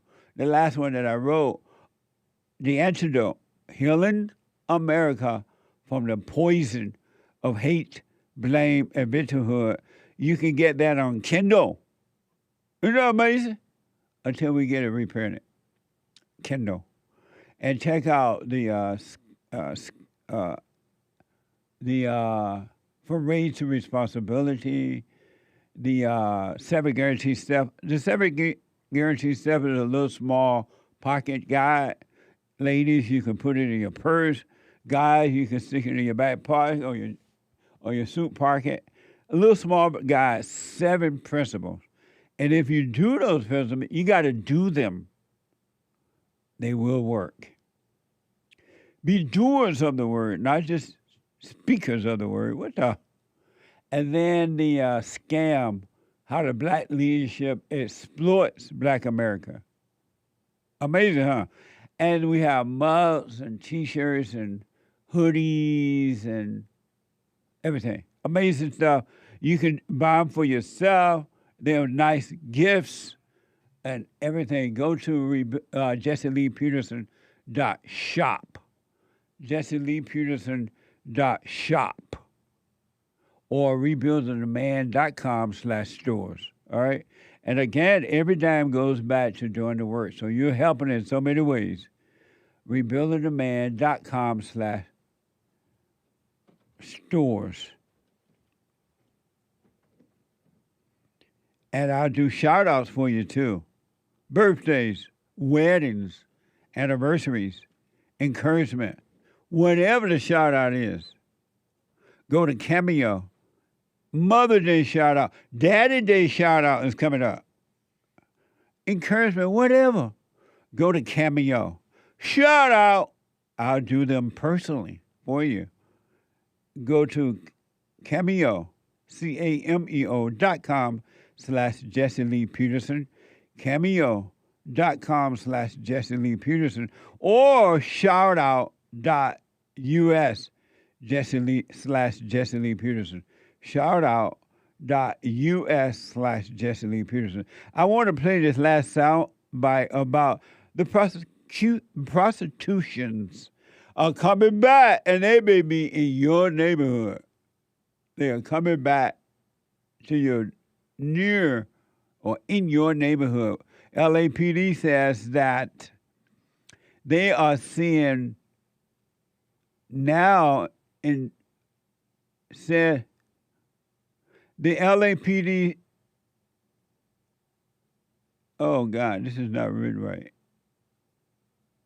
Anyway, they are back on the street in LA. Watch it from ABC 7. Ladies, it's time to go home. Let's go. When you ask them to go home, do they usually listen? A lot of times they do, believe it or not. But not all follow orders. Some show no fear and argue back. One young woman even walked right behind our interview with Officer Chavez. Hey, ma'am, I asked you to go home already. Why are you still out here? How out in the open is this? It's blatant. It's like there's not a care in the world. She walked right by you. Yeah, she knows. There's a police car here. We're sitting here with the camera. It was also blatant when we were out with the LAPD's 77th Division as they looked for underage prostitutes on the Figueroa corridor. We have historically seen prostitution-related crimes and human trafficking along Western Corridor for decades. I think what we're seeing now is the blatant prostitution that is happening out there and the trafficking of young women, and that is bleeding onto our smaller streets. That's even pushed some homeowners here to place these signs on their front yards warning Johns and the women they hire they're being recorded, and the video will be handed over to Officer Chavez. They want to be able to walk their dog in the morning without seeing condoms, without seeing half, naked women on the street. Amazing, huh? Are you still gonna vote Kerry Bass and Gavin Newsom and all these liberal Democrats back in again? You have a decision to make come November. It's up to you. Just imagine, ever since the Black Lives Matter riots in L.A. and around the country, and they were blaming the police brutality and all that mess. They took away the bail bond. There's no more respect for police officers at all. That woman, according to this video, walking around half naked. The police walked right past the cops.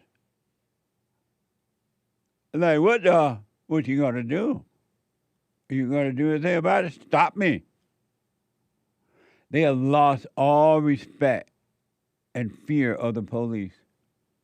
They've been told that they can do it by the leaders in the cities. It's brutality. And they're going to pull that, hey, I told you to go home. Didn't I tell you to go home? And she just kept walking. My country is gone. And it is not coming back. It's a spiritual battle. And it's pure evil. And it's going to get worse. We wrestle not against flesh and blood, but against spirits and principalities and wickedness in human beings.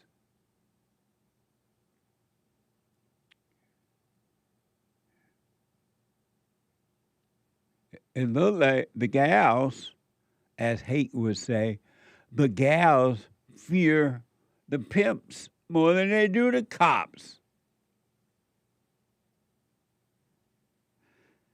Grandpa tell me about the good old days, the world gone crazy. Super. Super chat. Super chats. What do you think about that, Hake? That's a lot of mess. You guys make interesting points about how it's, they have to call it alleged and suspected when we should have like kind of public indecency laws. Hey, you're not dressed right. We're rounding y'all up. But amazing, according to this story, that person walked right by the cop while the cop being interviewed. And it may not be about the pimp. It may be about the money. She knows that she'll get away with it. Plus, the cops ain't gonna do nothing. Right. They have females in charge now. Nothing gonna. Mama gonna say, there, baby. I'm sorry. Go ahead. That old bad cop shouldn't have arrested you. Horrible. Super chat. Over on buymeacoffee.com/JLP Talk Soul Conscious. 7 coffees. Jesse, amazing Sundays church.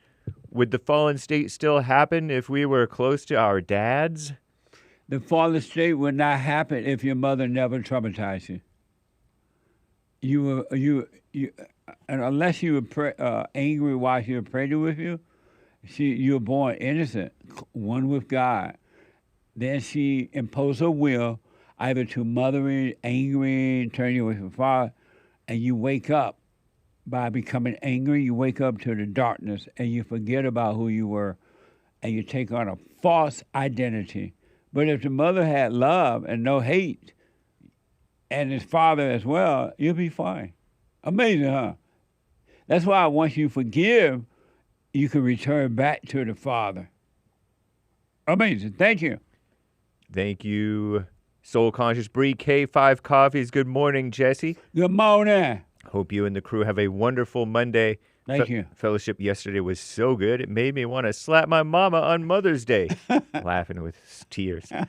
Thanks for everything you do, Jesse. You're the man. Thanks, hands and heart. And thanks for your support. And stay with it, and stay with it. Amazing. 3 coffees from Eugene. Good morning, Jesse and crew. Thank you for speaking the truth. Have a good day. Hey, Eugene. I have a cousin named Eugene that I grew up with. What the? Thank you, Eugene. Lori. Morning, Jesse. I liked in church when you told the gentleman not to judge his teenager son, because I used to judge my sons the same way. Now, when I look at my sons, I have understanding because they're exactly how I was at that age. They have my old evil spirit. Yeah. Thanks. You're welcome, and stay with it. Just imagine you have the lost judging the lost. You go to the lost to get help, and all they're going to give you lost information. They can't. Angry people have no insight at all, zero. Totally intellectual, which is of their father, the devil. What the? Thank you. Leighton B. Welcome, JLP show member. Leighton or Leighton. Right on. Thank you. That's amazing. I appreciate it. Kevin S. Tithe on tip. Thank you, Kevin S. I totally appreciate it. Thank you. That's on Cash App. Jamie bought 3 coffees. About to sneak out of the work for the day and go home. Sneak out of work for the day and go home and get ready to head to the gym to hit weights. Life's good. So he gonna skip work? No, sneak out of work for the day. Being like he at work, but he gonna leave and go work out? Go home and get ready. But it could be sneak out in a harmless way after his work is done after hours. It's at the end of work. I'm not saying either way. It's possible. Well, whatever you do, have fun. I mean, thank you, though. Appreciate it. Jamie. Hey, Jesse, right now the minorities in Louisiana are mad because of the state congressional map redrawing crud. They call it racist. They call our governor racist. Even the liberal 60-minute host on TV was asking Governor Jeff Landry hurt questions, rear-end hurt questions. What a mess. That is forever ongoing to happen. Amazing. I heard about that story that they're ticked. In Louisiana, huh? I haven't seen it, but someone would tell me about it. Redistricting everywhere. But Virginia got struck down. Did you hear? Side note. Meaning what?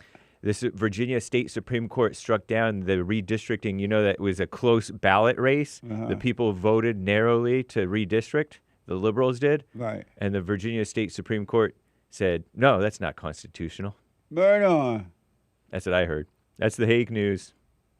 Hopefully not fake news. Not the fake news, but the hate news. Amazing. Thank you, though. Jamie, to comment on congressional redrawing, the majority of hardworking, tax-paying Louisiana people do not want these Dems to win. Reason why we don't vote for them, is because we like having conservative, crime-free areas, less taxes, going to EBT, litter-free, good school districts, et cetera, et cetera. These people crying are manipulative or mainly underachievers. I don't know why I read manipulative, who can't stand to see someone else doing better. Jamie. Amazing. Thank you, Jamie. I was flipping through the TV yesterday because I had not seen any news the whole week, so I was flipping. And I saw a little bit of this, remember that show where that little black kid was like, what you talking about, Willie? Yeah, Different Strokes. Different Strokes. And they had this segment where a black couple, a Mexican couple, I believe, and a mixed couple was trying to, and then Different Stroke Daddy. They were all meeting, and they wanted to integrate this white school.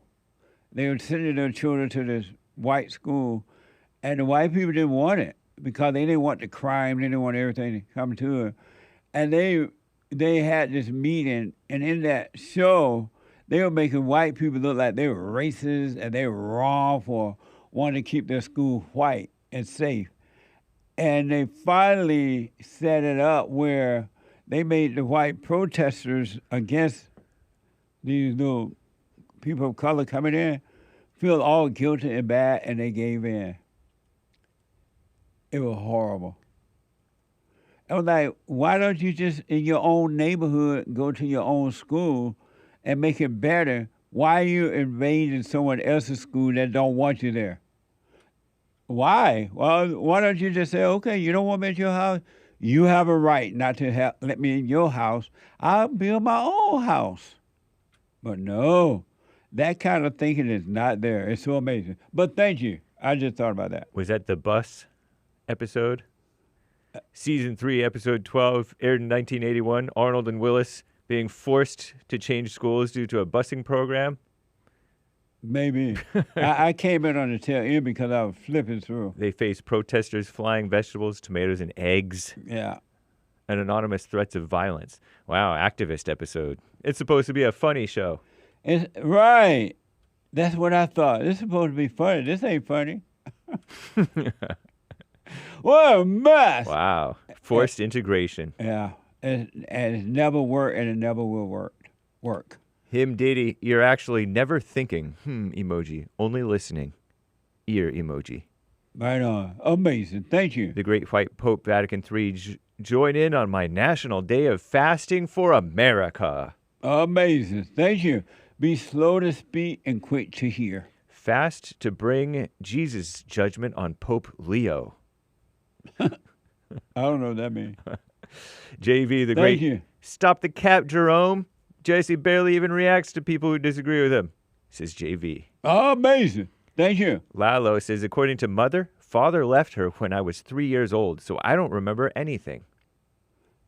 Repeat that.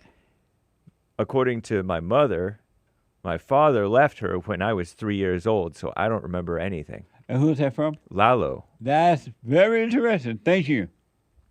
Maryland, deep fellowship yesterday, Uncle Jesse. Grateful for bond fellowships. Also, listening to Gerome today was a good example of why it's important to get to know yourself and watch the thoughts.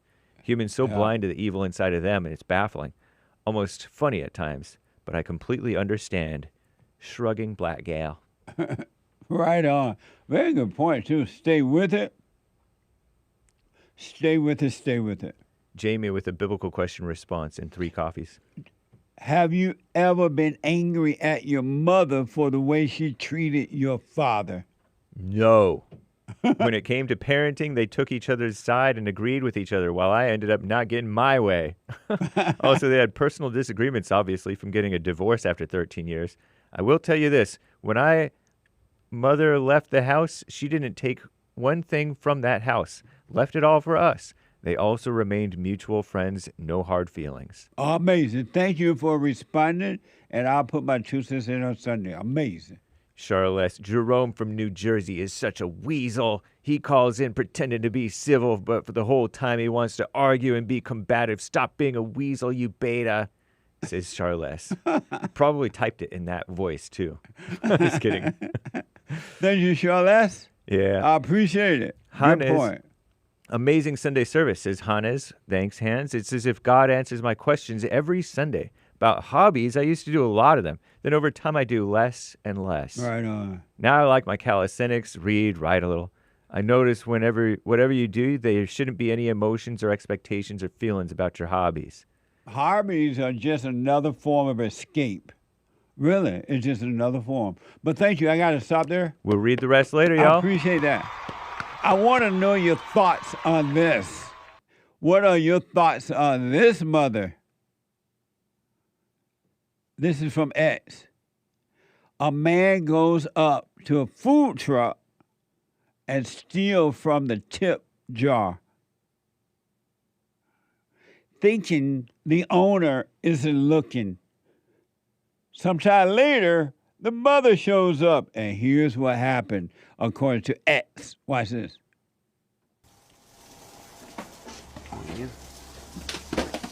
So that's the man taking the money.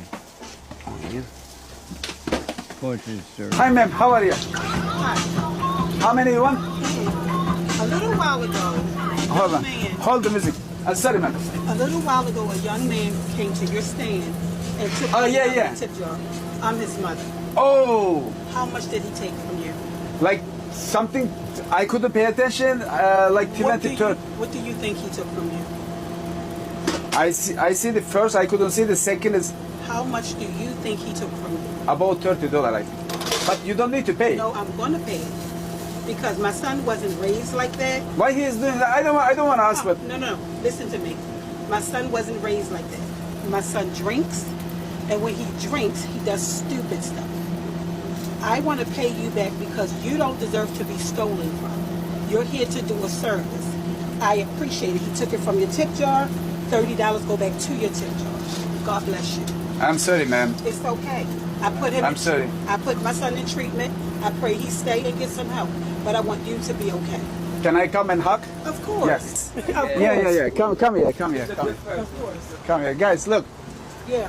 You're my mom too. You know. Yes. Yeah. Amazing. What do you think about that situation? I want to hear from you. 888-77-JESSE. I have a quick break. One more hour to go. Hate news is coming up. Not the fake news. Derek said crazy but beautiful. No, not that. The crazy thing about the pimps. He said that story was beautiful. My producer, he black. Back in a moment. You know, I'm 32 years old now, and I've been clinically depressed since I was 17 years old. And ever since I started listening to you a couple of months ago, bro, I don't even need to hear the word depression. I don't even care about that because that's not anything that I identify with anymore. Nice. I'm 100% cured. I'm 100% better because I've been listening to the Jesse Lee Peterson show, and I can't even begin to tell you how much I appreciate you. And I just can't even, begin to tell you how much I really appreciate the things that you're doing for young men. Young men need to hear this, and young men need to know this message that you're delivering because it's important. It's vital to their lives, Jesse. I just wanted to let you know that, man. That's amazing. I mean, you made my day, man. When I hear one soul has returned to the Father, it's like 1,000. It's better than silver and gold. So God bless you, man.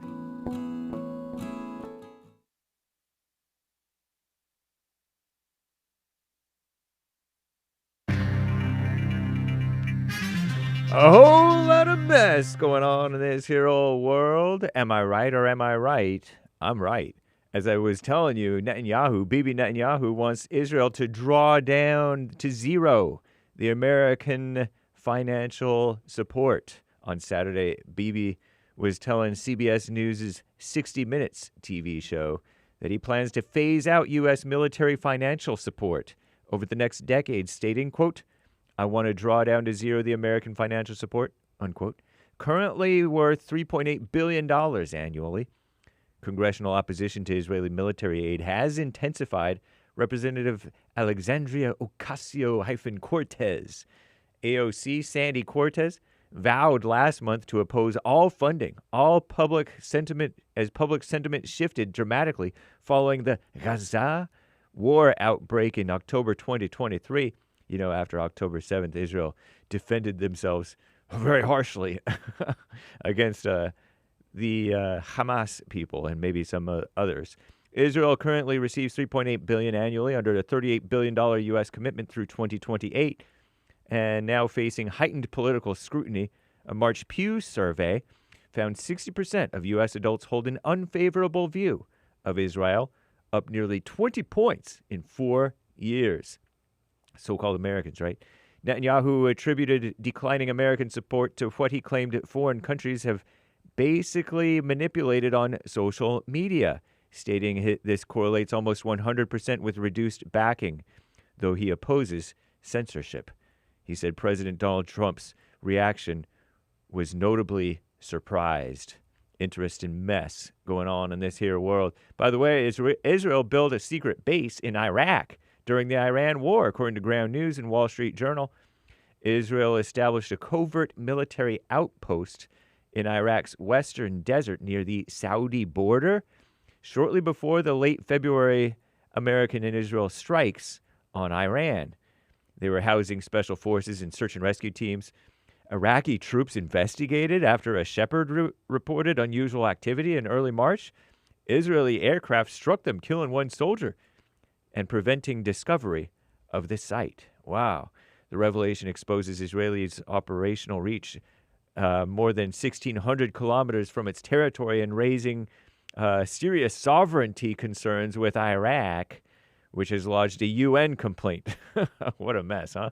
Interesting. Anyway, also in the news, Trump has called the Iran response to the U.S. proposal to end the war, quote, totally unacceptable. On Sunday, May 10th, yesterday, Trump officially rejected Iran's latest diplomatic response, characterized the counterproposal as a continuation of games by the Iranian leadership. He posted on Truth Social, truthsocial.com/@RealDonaldTrump. You can follow the Hake Report on Truth Social as well, by the way.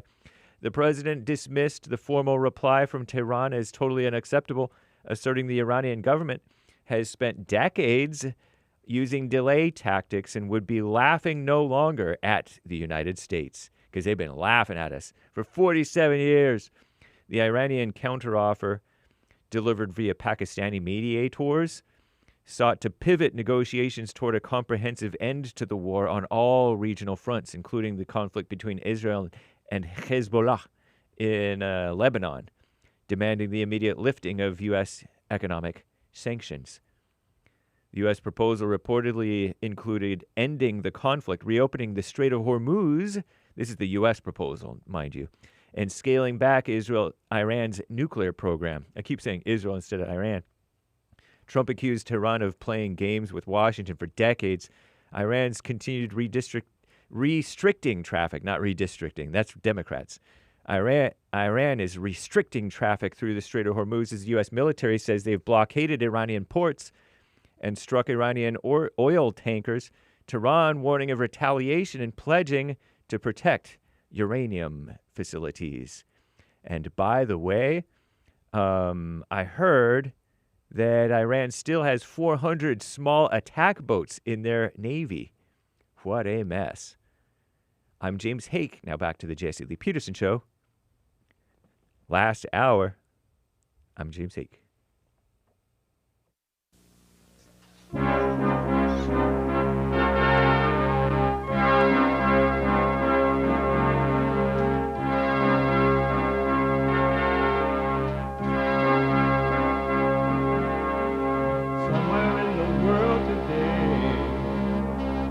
Got to stand up strong, face the truth about themselves, to understand what went wrong. I know we can find a way.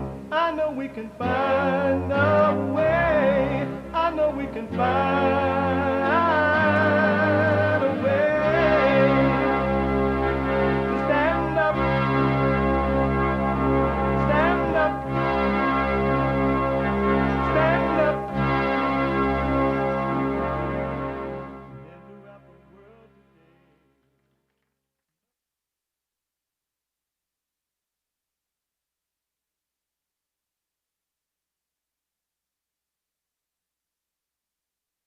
Uniting the races with truth instead of dividing them with lies.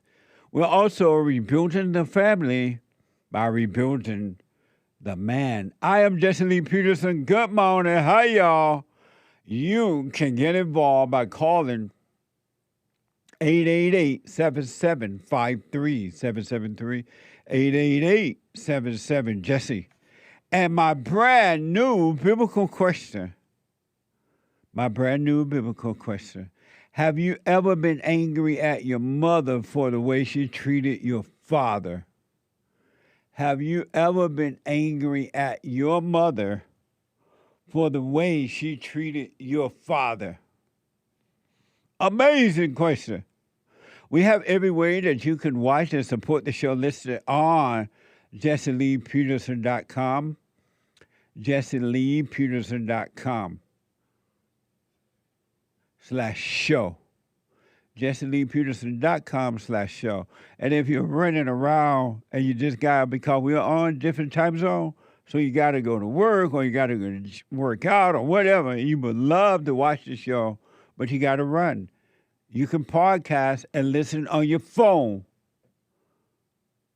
You still can listen. You can hear it as it is happening. Podcast and listen on your phone and go do what you're doing by calling the listen line on TalkStream Live at 605-615-4131. 605-615-4131. And to donate and have your comments read out loud, go to buymeacoffee.com/JLP Talk. Buymeacoffee.com/JLP Talk. Or Bond JLP Cash App.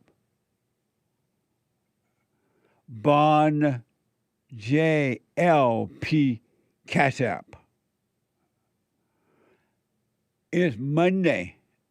And every Monday, we take all calls, but every Monday is Female Monday. All my life, I had to fight.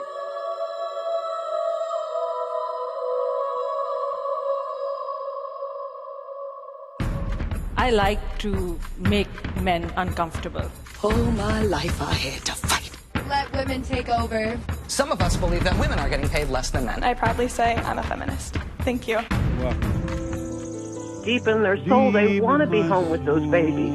We've been lied to for so long. Amazing. Female Monday. I'm going to get to your calls here in a minute and your super chat, but for now, I have a guest with me. I have with me Danielle Carter. And Danielle is VP, Vice President of Chicago Flip Red, where she merges fitness advocacy with conservative political activism. She's running for mayor of Chicago in 2027. Danielle, welcome to the show. Hello, Jesse. Thanks for having me. Absolutely. You're welcome. So you are running for mayor, and we're going to get to that in a minute. But you're known as the fitness advocate. What does that mean? Well, fitness trainer. Yeah, so I train everybody really in Chicago, men, women, my husband, he's a retired CPD officer as well. So I'm a fitness trainer. I teach people healthy lifestyle and that they can do anything when they put their mind to it. Yeah, absolutely. And you also, it says here that you combine fitness with conservative politics. What does that mean? Okay, so yeah, I'm a fitness trainer, and you see what kind of mayor we have here, right? Right. So challenging the machine that we call it, the Democratic machine, the stronghold that has been in Chicago since 1931. We've been out there, Chicago Flips Red, been very vocal for years now, speaking out against what's going on, especially in our communities. And when they brought the illegal aliens over here and saturated our community and took our resources. So unbeknownst to me, I wasn't even trying to get into this, but God had another plan. And now, me advocating for the things that we needed in our community and the things that we're not going for somehow took over the fitness and pushed me into politics. So now I'm still training, but I'm doing politics as well. I see. And so, in your fitness training, you are a conservative. Do you train? Do you train men and women who are not conservatives? Yes, Jesse. I've been in business since 2017. And my base is Black women who are Democrats. We're in a heavily Democratic city, Chicago, in the state. So all of my clients were Black females. I had some white, but they're liberals. So of course, when I decided to just say, no, we can't do this, we cannot do the Democratic policies, and started speaking up about the policies and promoting, like you always do, promoting family. And we are not for aborting our kids and things. When I started speaking up about these things, then of course my business, it took it hurt, because people are like, how can you not support the Democratic Party? You're Black. Yeah. How can you not support Kamala, who they told us was a Black woman, but we know she's not. She's an Indian woman, but they didn't understand how me, as being a Black woman, could not support a Black woman, and she's a Democrat. So yeah, my business, it took a loss. Yeah. Do you regret that? Like no, no. Why not? Because I'm a Christian, right? And so, the thing is about us, Jesse, we were not taught to be politically educated. As the Black community, as my community, and my family, and just seeing abroad, the Black community, we were just taught to vote blue no matter who.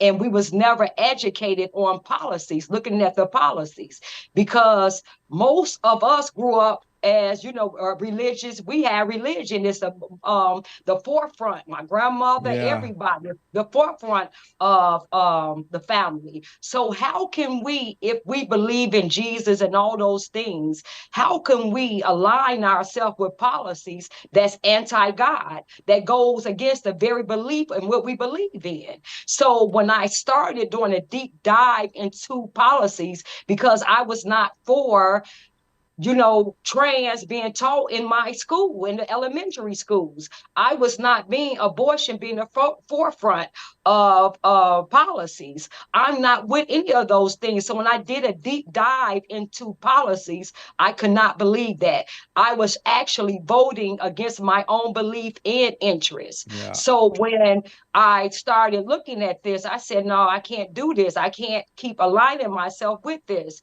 And so, but I still had, my base was Black women who I trained, my business. So you look at it as if to say, well, my business, do I go for the money, or do I speak out for what's right? Because if I speak out for what's right, I'm going to lose the money. Yeah. And so I told God, yes, I'm going to do it. Whatever he asked me to do, I'm going to do it. And he told me, you're going to lose everything. And he was not lying, because, yeah, I did. What a mess. Just speaking up for what we all say that we believe. Yeah. Were you born and raised in Chicago? Born and raised, yes. Right on. And you talk about faith and putting America first. What does it mean to put America first to you? To me, America first means the citizens first. I never imagined that we would be here right now, where we have to even say Americans and America first. I don't think people realize how close we were to losing our country when Biden was in office. So when I think of America first and Americans first, when I look at the previous administration that allowed 22 million illegals to come in and saturate our country unvetted, and then prioritize them in front of Americans, because we've seen that firsthand in these blue cities and states. That to me means we should never allow anybody who came in here, whether they came in here the right way or illegally, you should never put them before the needs of the American citizen, natives here.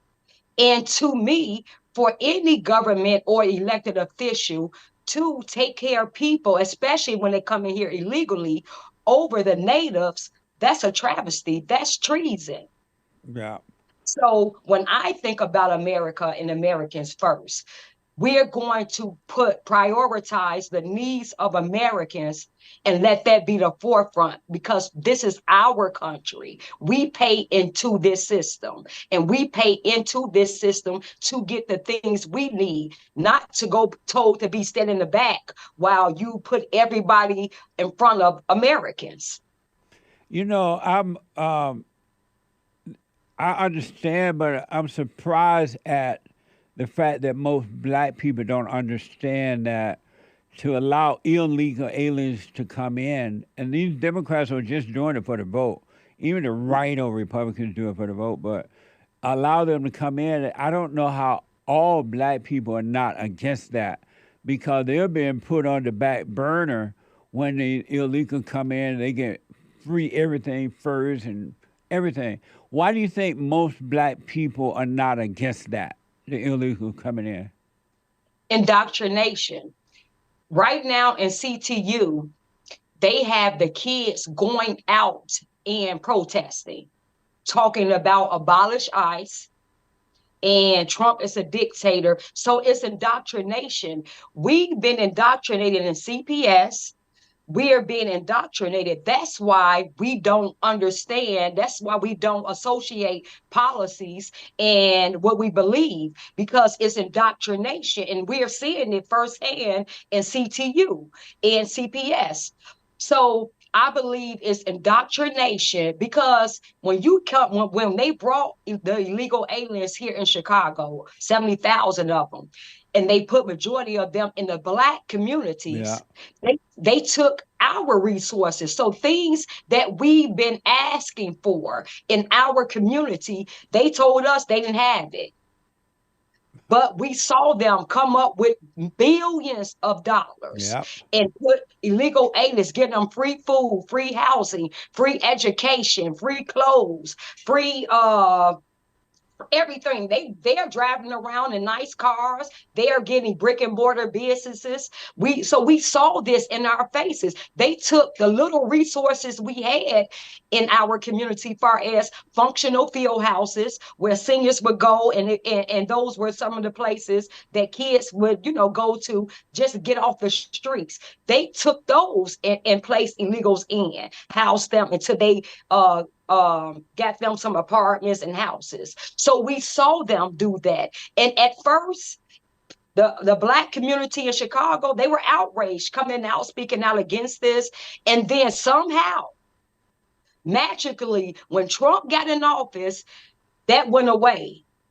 Yeah. They managed to blame everything on Trump that's happening in Chicago, in our communities, and now Trump is the problem. Trump caused all of these things while we're in a $42 billion deficit in Chicago. Somehow all of this, why Black Americans can't find employment and housing in Chicago, because they prioritize and put illegal aliens and paid $9,000 for illegal aliens. So therefore the landlords put the American citizens out and house illegals, because they're getting paid up front and the city is paying for them. So somehow that disappeared out of our minds, and they blame Trump. Brandon Johnson and Pritzker blaming Trump for that, and we're going for it. I saw, and we played some reports on where the people, the Blacks in those areas, were yelling at Brandon Johnson, the so-called mayor, about that. They're bringing all these illegals and putting the Blacks on the back burner. But then that died down after a while, and Brandon Johnson didn't seem to care that the Blacks were upset at him for doing that. And so you're saying it died down because they started to blame Trump. And those people that was yelling at Brandon Johnson, the so-called mayor, so do they now believe it's Trump's fault too, or? Well, since they would believe that. Yeah. But because we are Chicago Flips Red, we've been educating especially our community on what's really going on, and very vocal, because of course, the media, fake news is not covering it. Yeah. They wasn't covering when we were talking about it and what's going on. Yeah. So we had to be the media. So we would start going to these shelters and showing everything these people, what they're getting, the cars they're driving, how they're living, the Uber services, free Uber services. We start going into the communities and showing, no, this is why you don't have the resources. So if it wasn't for us and Brandon Johnson and Pritzker, they can't say we're racist because we're Black. Right. So they can't use, because as you see right now, Brandon Johnson is using the race card. I'm being attacked because I'm a Black man. Trump is attacking me because I'm a Black man. So somehow when they use those trigger words, racism, white man, it kind of get us back on the plantation. Yeah. But because we're showing the people and we're Black and they're saying, hold on, what they're saying is right, and they're not racist. And so we're combating the lies. So now we're educating the people on what's really going on. So we've had a great impact, but we have to do more because the media, as you can see, they're magnifying the racism part. It's the white man fault. But with us, they're not covering it. So that's what you'll see. But yeah, we are gaining a lot of ground because people are waking up to say, hey, you know what, Chicago Flips Red, what they're saying, it's making a lot of sense. And what you are saying is not. They, what was the female name before Brandon Johnson became president? They had a female, mayor. Lori Lightfoot. Lori Lightfoot. They call her Beetlejuice. The Blacks got fed up with her at some point. And so they wanted, it sounded like they wanted someone better. But yet they went and elected Brandon Johnson, who was even worse than Lightfoot. Why did they do that? Because, it's indoctrination. We knew we wanted something better. And, in our minds, going Republican or red is not an option. So we're going to always elect a Democrat. So, but the Democrat, it's a machine, a well-organized machine. So you're going to get a different face, but just the same policies, because their policies are their policies. Yeah. And so we've been tricked yeah. to have a different face, and they run on the things that they know we're dealing with. Property taxes. I want, like Brandon Johnson, I want raise your property taxes. He campaigned on that. He campaigned on with the George Floyd, you know, with the police, you know, running off with the police. I'm going to fight against the police for you. And it's the Black community that you are pushing out their community, you know, their neighborhoods and all. So they come in with this, I'm black, and I'm for you, Black people. So we seem to get sucked back into that Black face, the Democrat, and the promises. But not understanding it's just a different face, but you get the same old policies. Yeah. So that's why we keep electing someone even worse, because they talk a good game, but it's still they're the same people. So now we're trying to open people's minds to get them to understand the reason why your community looks like that, the reason why our city looks like that, because it's the policies. And if you keep electing the same people and the same policies, you're going to get the same thing. You must look at policies. And now that we are educating people on policies, they're starting to see you're right. So that's why I'm running as mayor, and I'm running as a Republican. Right the on. Policies, it's the policies that we have to deal with. I grew up in Alabama, but I lived down in Gary, East Chicago and Gary, Indiana, off and on. And this was back in 1967, 68. And Chicago had been screwed up for a long time. I mean, for years, it's just been out of control in so many ways. What will you do once you win this thing? What will you do to make Chicago better? Well, I'm definitely running on because see, I've been to for a few years now. City Hall meetings, City Council meeting, Cook County Board meetings, the CPS meeting, the PVC meetings, all the meetings. We sat there, Chicago Clips Red and me, myself, we sat there and watched them launder money. We watch them allocate funds to these non-government organizations, these non-profit, these fake churches who say that they are helping with crime prevention and they just get the millions and it never help the people. So we saw this. I sat there and watched this for years. So the first thing, and this is everything I'm running on, I've been fighting for. I testified twice on Capitol Hill, one for Congress, second time for the House. So talking about that we are not safe, talking about the sanctuary city status and these policies, talking about the stealing of our tax dollars. And so this is what I've been fighting for, talking about how the bids that they're stealing Black people property at a high rate. And now we're finding out it's everybody, it's all communities, but especially on the South and West side, where you just see, I don't know if you know, Jesse, that just in December, our property taxes tripled just on the South and West side, which is predominantly Black. So so these are the things that I've been fighting for. So I'm running on first forensic audit, because I've been screaming for that from CTU, which is Chicago's teachers organization, forensic audit for all the departments down there at City Hall. Because once we get a forensic audit, I'm going to show the taxpayer citizens where all of their money has been going. And when they see that, they're going to be pissed. And then I'm running on indictments because these are the things I've been advocating for. I need these people to go to prison for all the money laundering that they've done. And RICO for everybody who's in on it. And we know they all are, down to your alderman, to your Cook County Board President, Tony Preckwinkle, to Kwame Raoul, to your judges. All it's a big RICO. So I'm running on that. I'm also running on, this crime that's out of control.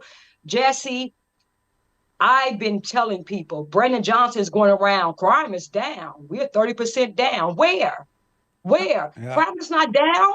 Crime is down for you because you have 150 police details that we are paying $30 million a year for. Crime is down for you, but not for me, because crime is down the street for me. I can go outside right now and get carjacked. Amazing. So and my husband, he retired. He did almost 30 years on CPD. He retired under Brandon Johnson, because this is just crazy what they allow illegal aliens to get away with. They're not arresting them, and just soft on crime policies. The police hands are tied.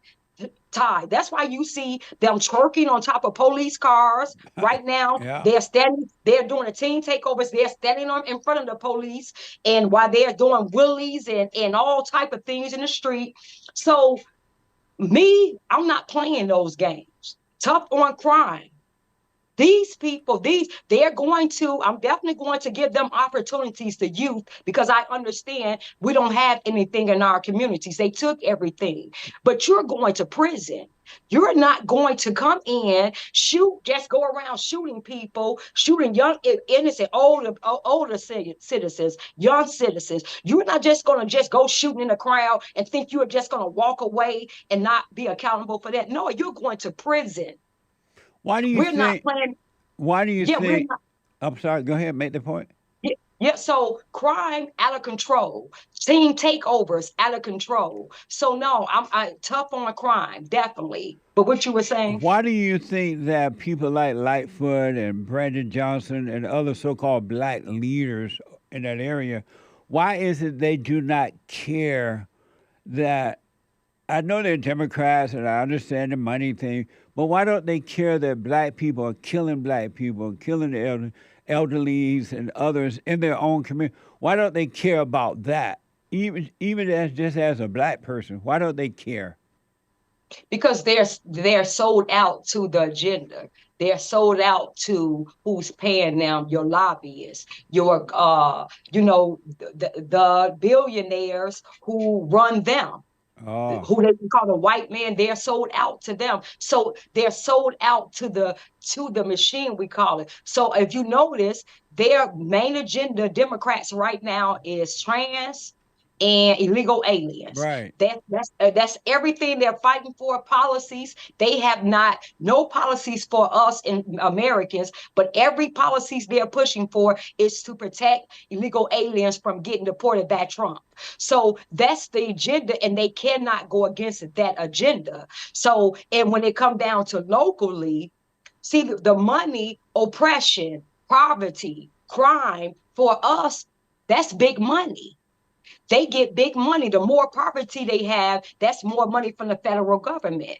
The more crime they have, that's more crime prevention money they get down from the state and the federal government. Amazing. So so they have to have a base that they can capitalize off of, all while these people are communists. They're saying tax the rich, and the billionaires and all of them are making money off telling us we are oppressed.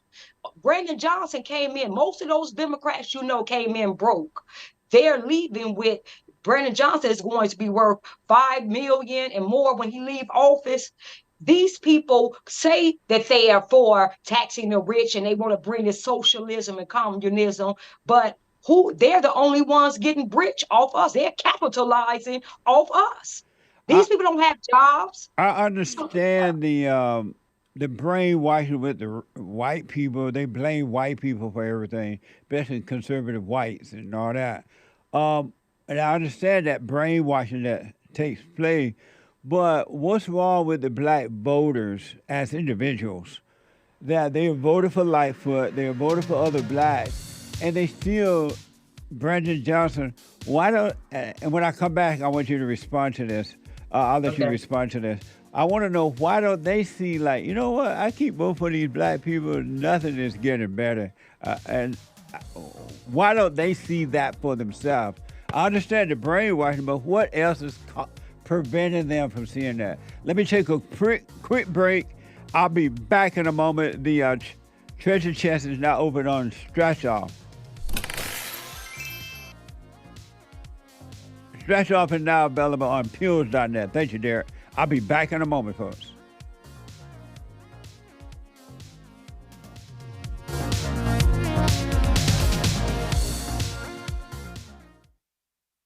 You can't run from evil within yourself or outside of self. You got to deal with it. And you need good in order to deal with evil. And God is good. You need to return to the Father. And you'll see within you, he will fight the battle for you.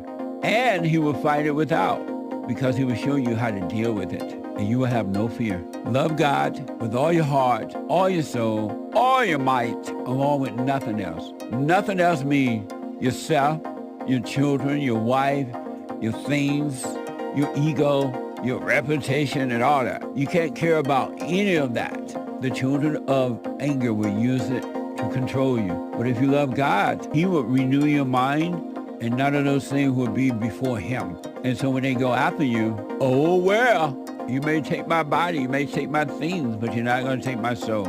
And that's a true reality.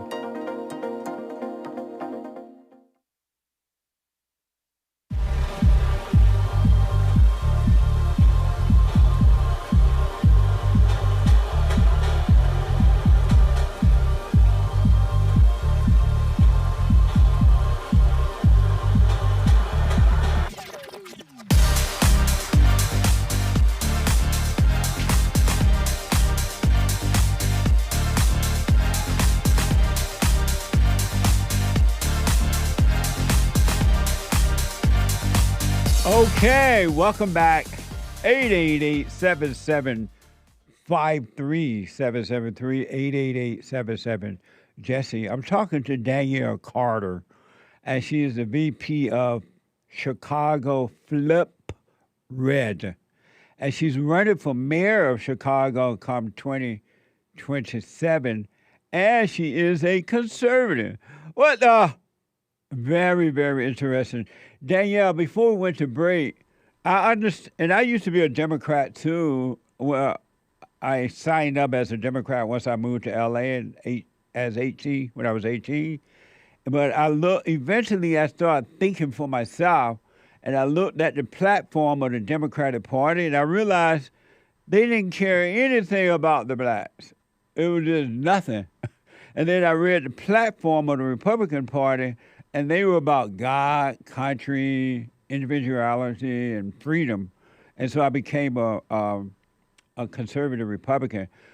My question is, what's wrong with the black people there? Not all, of course, but most, that they don't think for themselves. We keep voting in these black people, and things are not getting better for us.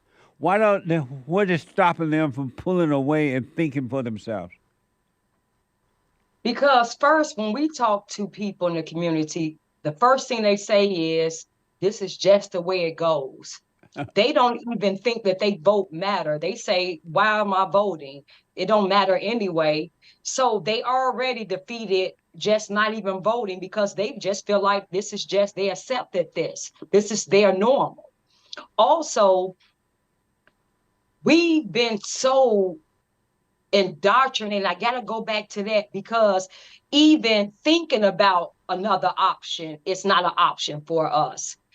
We can see all of this. We see that this is not working. Actually, it's destroying us. Yeah. But they have not, the black community have not yet associated policies with what they're going through. And then you have the fake news that's pushing this. The fake news is an enemy to the people because they don't. So now you don't understand policies because you were taught that when in the black community, one thing you don't do and talk about is religion and politics. And those are the very things you have to talk about. Yep. So you don't even associate what you're going through with the policies that's being implemented. You don't even associate that with that, and you're not even educated on policies. So when you are taught that, you don't even look at it far as let me vote to get something different. So that's one thing. Another thing is when you start to think differently, you get treated so bad by your kind, like how you see how Roland Martin, Joy Reid, how they just tried to cancel Chili. Anybody just speak up a little bit. Yeah. You should see how many names we get called. Coon, Coon, you a sellout. Yeah. So you get bullied by your people and ostracized from your people until they don't even want to speak up if they do believe something different. They just don't want to speak up because the backlash that comes with it. Your family hates you. You got to deal with your family. Joy Reid told people, don't even go to, Thanksgiving with your family. So it's so much they put on us until even if you want to believe something different or think differently, how dare you even think about a Republican side or going to say, let me see what's going on over there. You can't even think that far because everything you're dealing with, just thinking for yourself. So I think when we talk to people in the city, they know this is not working. They know something is wrong. But to even consider thinking Republican, conservative, even though most of them have conservative values, that's not an option because the whole black mob is going to come down on you. And see, they did us. Oh, they did me bad, but I don't care. Yeah, I don't care what you say because, see, you're coming from a place of ignorance because I employ everybody. We push everybody. Just go to your city council meetings. Go down there to your budget meetings. Go to those meetings. If you go to those meetings and sit in there, we don't have to tell you anything. You're going to be enraged when you see how they're laundering and just spending your money and voting on things that don't have anything to do with making your life better. Yeah. But they're too lazy to even go educate themselves, to read up for themselves. They're not going to do it. And that's how they've been doing it. And when you're out and about campaigning and speaking to people, how are the blacks, the voters themselves, receiving you as a conservative Republican? How are they receiving you? How's that going? So first, because I'm talking about, see, they're so used to Republicans in their mind shying away from the issues that's plaguing the Black community. Yeah. So they feel like, when you're Republican, you can't acknowledge what's happening in the Black community. You don't do that. No, we're tackling those issues. So first, when I speak, they don't even know that I'm a Republican or conservative. They just agree with everything I'm saying because it's true. If you live here and you got eyes, you see what's happening. So when you talk to them, they're like, you're right. You're absolutely right. And before I even get to say red or blue, they agree with what's going on because I'm talking about the issues that's happening that's directly affecting them in the city because I am them. Every issue I'm talking about, it's affecting me. I'm living through it. So they're like, okay. And then they go here, and before they even know that, like I said, I'm a Republican, then they say, yeah, because everything I'm talking about that's happening, yeah, because I don't know why Trump would do that to us. Right. What a mess. So then there you go. And I said, why do you think Trump doing it? So now I have to go there. And they said, because he racist, and this is automatically in their head. Yes. It's something that I never saw before.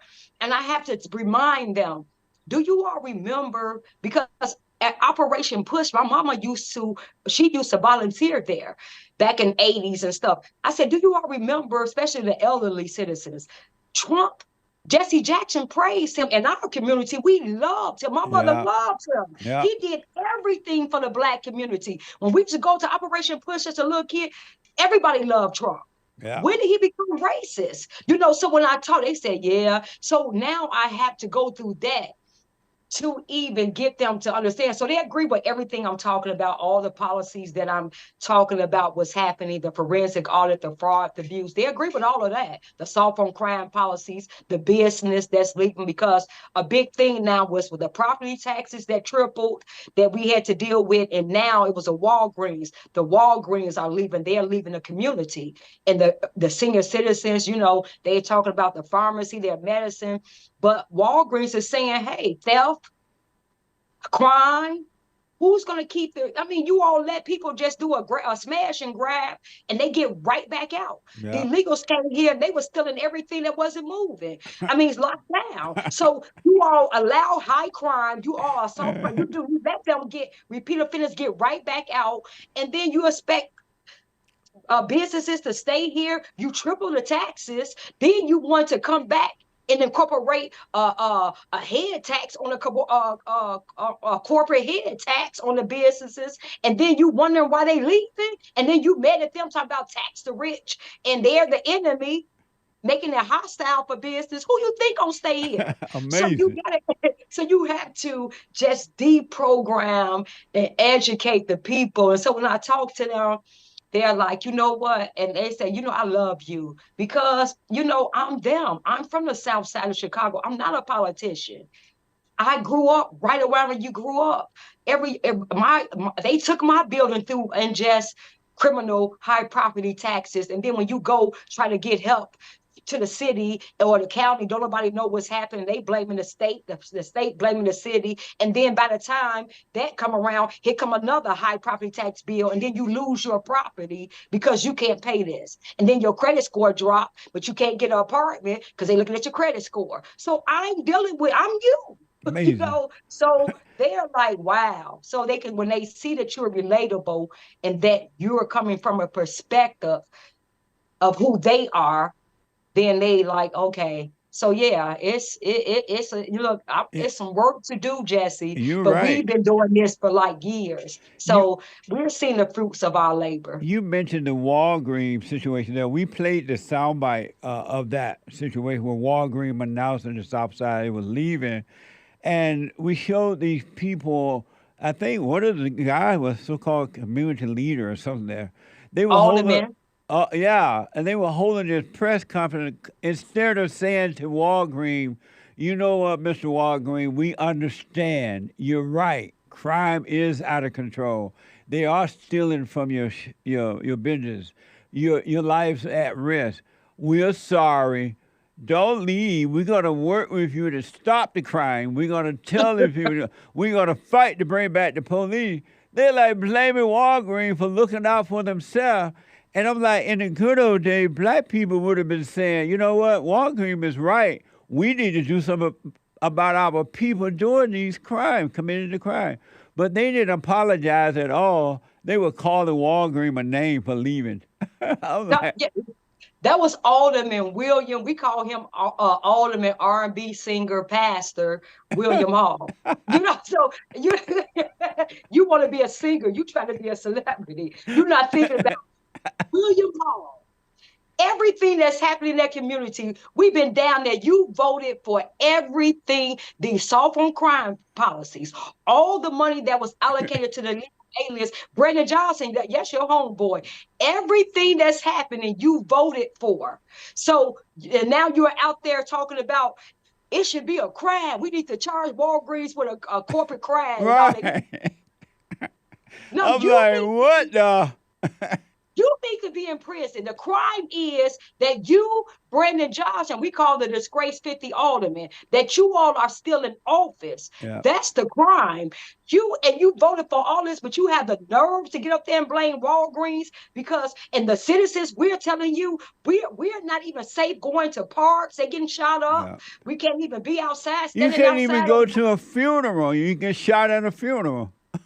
Dunkin' Donuts, you have citizens, you have senior citizens in the Dunkin' Donuts because they usually go up there sometimes and play chess. Yeah. Sit down and play chess. They shot up in Bronzeville, shot up the Dunkin' Donuts where the senior citizens sit at and shot an 8-year-old girl right up in there in Bronzeville. So you're not outraged about the crime that's out of control. Brendan Johnson won't even mention that. Yeah. But let an illegal alien get caught up back. Let ICE snatch up an illegal alien. You're going to see them march in the street. You're going to see them have 8 press conferences. And you're going to see them get the legal fees, NAACP. You're going to see Al Sharpton. You're going to see Jamal Bryant with the Gucci shawl coming down here talking about the fun ICE and we got to protect the immigrants and all that, but we're having a genocide, an active genocide in our community, and nobody is talking about it. They don't even care. It's crazy. Danielle, yes. I got a super chat question for you. Hold on here. This is Hake.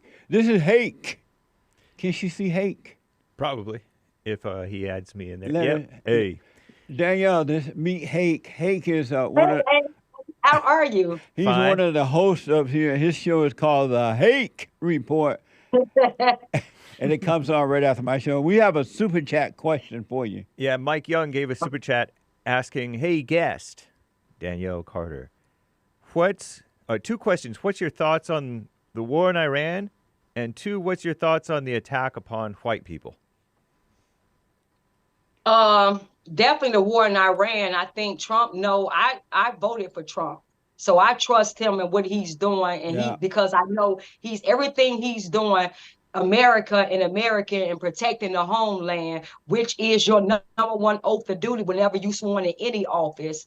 That's what he's doing. So I trust that he's doing that. All other presidents ran on saying that Iran is a threat and what they're going to do. And none of them did. They actually funded them like Obama and Biden. So I feel like Trump is doing everything he's been talking about and he's doing it. So I trust him on what he's doing with that. And why and people are so busy worried about other countries, what's happening over there, but they're not even concerned about locally what's happening in their community, things they can change or can do something about. So I'm more concerned about saving Chicago and Illinois, something that I can actively right now do something about. The next question is, white people, y'all got to rise up. Y'all got to rise up. You all are my brothers, you know, and sisters. We're all Americans, Black, white, Hispanic, Asian. If you are American first, you all need to rise up. I understand. I keep telling my white sisters and brothers, listen, I understand that they have silenced you, and every time you say something, they're going to call it racism, especially to a Black person, racism. But you got to get over that. You got to rise up, because you all been the one holding the line. Because like I keep saying, they don't know how close people understand that we were to losing our country and the freedoms that we have. And while we were blind, white people was holding the line. They wasn't going, like you saw with J6, they wasn't going. Yeah. So we need all hands on deck to save our country and to save our cities, and not let communism come in and play with the Democratic Progressive Party, AOC, Bernie Sanders, all of those, Brandon Johnson, what they're trying to bring, Madami, they're bringing and usher in this communism, and we're going to let foreigners come in and tell Americans what to think and what's best for us in our country. No, the real Americans better rise up, and we better rise up real fast. That's and let amazing. Them understand we're not playing. So Black, white, look, we all Americans. So my white brothers and sisters, stop letting these Black boulets, these Black gatekeepers, plantation holders keep you silent.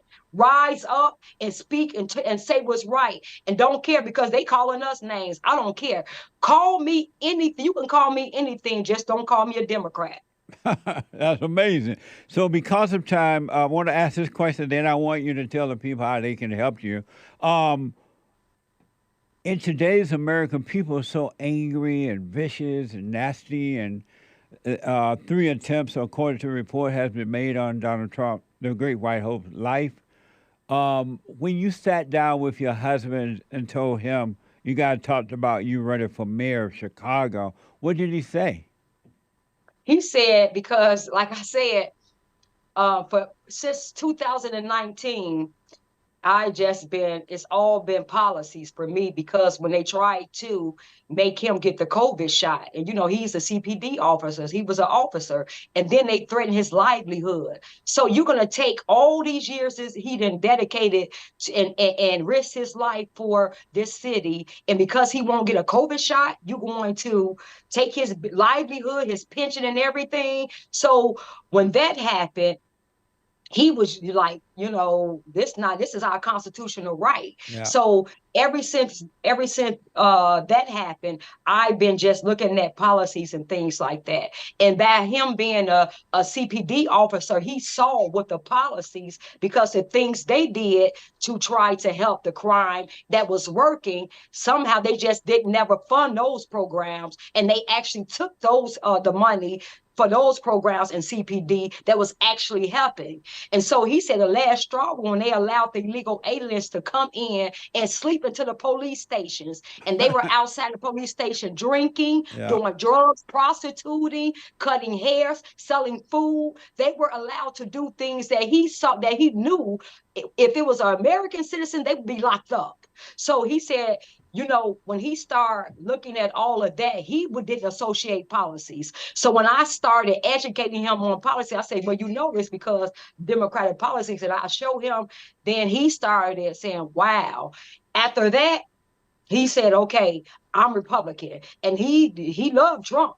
And so when he saw the decline and what was going on, he said, when I told him, because I had, like I said, been in this for a couple of years, just advocating and fighting against this communist progressive party, which is Brandon Johnson and Lori, he said, you know what? I think you would be the best person for running for this city because you love the city, you love the people, you're born and raised, so the people trust you, your heart is good, you know what's going on, and you get the right people on your team, you are going to make Chicago great. Amazing. And so when he said that, I couldn't believe it because I thought he was gonna be like, but he said that, and that was just when he said that. That was my, cue to say, yeah, I'm on the right path. Oh, amazing. Tell the folks how they can help you, whatever information you want to put out there. Go ahead. Websites or whatever. So right now we're working on my campaign, my website. So I want you to go to flipsred.com if you want to volunteer, and go sign up to volunteer. And I want to say Monday, my website will be up and things like that. So if you want to volunteer, go there. If you want to donate, go to flipsred.com. And also you can go to any social media platform, Chicago Flips Red, and you can talk to us. Now, if you want to work on my please email me at commonsensecarter@gmail.com. Commonsensecarter, that's all one word, @gmail.com, and then you can talk to me and let me know if you want to volunteer for my personal campaign, and then that will be up Monday. Amazing. Well, I wish you well in your run, and I am so glad we had this talk together. I realized so much listening to you, so I really wish you well. Thank you, Jesse, and I want to thank you. I listened to you for years, and you just tell it like it is, Jesse. And I see what they call you, and they get mad at you. But Jesse, you have to stand on what you believe. Yeah. And I love that about you. And thank you for having me on your show. Right on. Thank you. I appreciate that, and I really, really wish you well. All right, and we'll have you back again. Yes. Thank you. All right now. Bye now. Okay. Bye-bye. Amazing. Danielle Carter. Flip Chicago Red. Amazing. Super chat. Super chats. Amazing. What do you think about that? That was pretty cool. Sure. Shout out. Real conservative all the way. I love that. Hannes with 5 coffees saying, I stopped doing art because I stopped feeling obligation about it. It was my mother's hobby, and I feel at peace to drop it. And he says, sorry for the unpithiness, Hake. Laughing with sweat coming down. Amazing. Thank you. Hannes, I'm surprised she listened to my show. I didn't know she listened to right on. the show. Right on. You never know. Danielle. Okay, go ahead. Am I right in thinking, asks Hannes with 2 coffees, if you are doing a hobby because you don't want to feel lazy, is definitely the wrong reason to do a hobby? Well, as long as you're not doing it for unconscious reason as a form of escape, you don't want to use anything or anyone to escape reality. So watch that. Thank you, Hannes, who says, I've done a lot of hobbies because I believed thoughts about it being a talent given me by God. And with that came so many expectations. Questions, Jesse. Yeah. How do you recognize a talent sent by God versus it just being another ego trip? By not looking for it at all. Get rid of the word talent and just simply live your life without any expectations, anything. Just live without any titles and all that mess. Identity, no form of identity. Amazing. Stay with it. Cornerstone on Cash App, that's Bond JLP on Cash App, says JLP is amazing. Amazing. Thank you for your support. I appreciate it. Half Black Tony, Jesse, I can't lie. I used to get mad at my mama for yelling at my daddy, but I just kept it to myself as a kid. That's a response to the biblical question. Apparently. Have you ever been angry at your mother for the way she treated your father? Thank you. I'll put my 2 cents in on Sunday. Thank you, Half Black Tony. Yeah.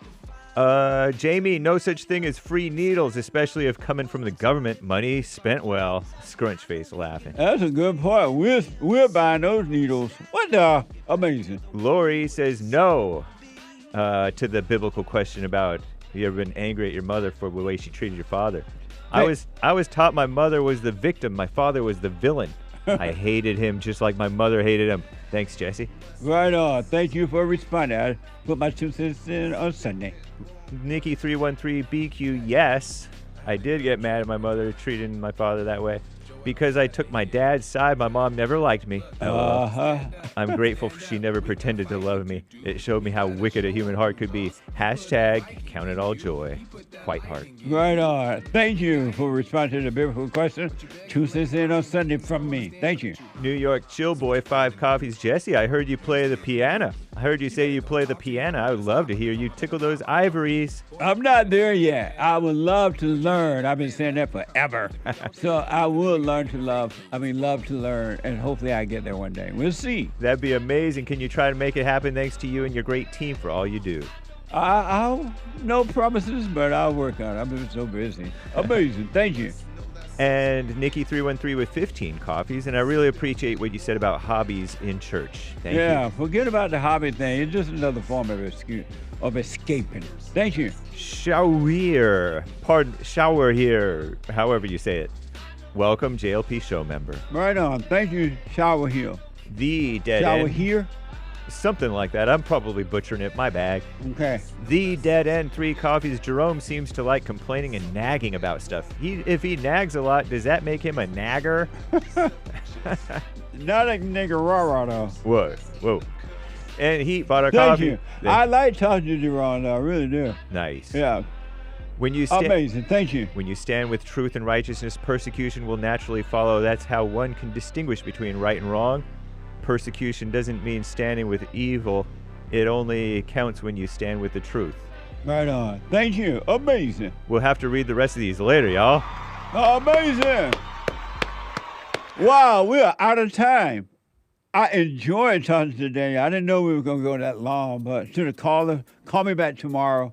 Super chat, thank y'all. Hate coming up at the end of the American Acre, baby, and bye. Views, information, thoughts, and opinions expressed during this show are the individual's own and do not represent the views, thoughts, and opinions of the JLP network or Bond. Their appearance on the program does not imply an endorsement of them or any entity they represent. The material and information presented here is for general information purposes only. The JLP Network and Bond name in all forms and abbreviations are the property of its owner, and its use does not imply endorsement of or opposition to any specific organization, product, or service.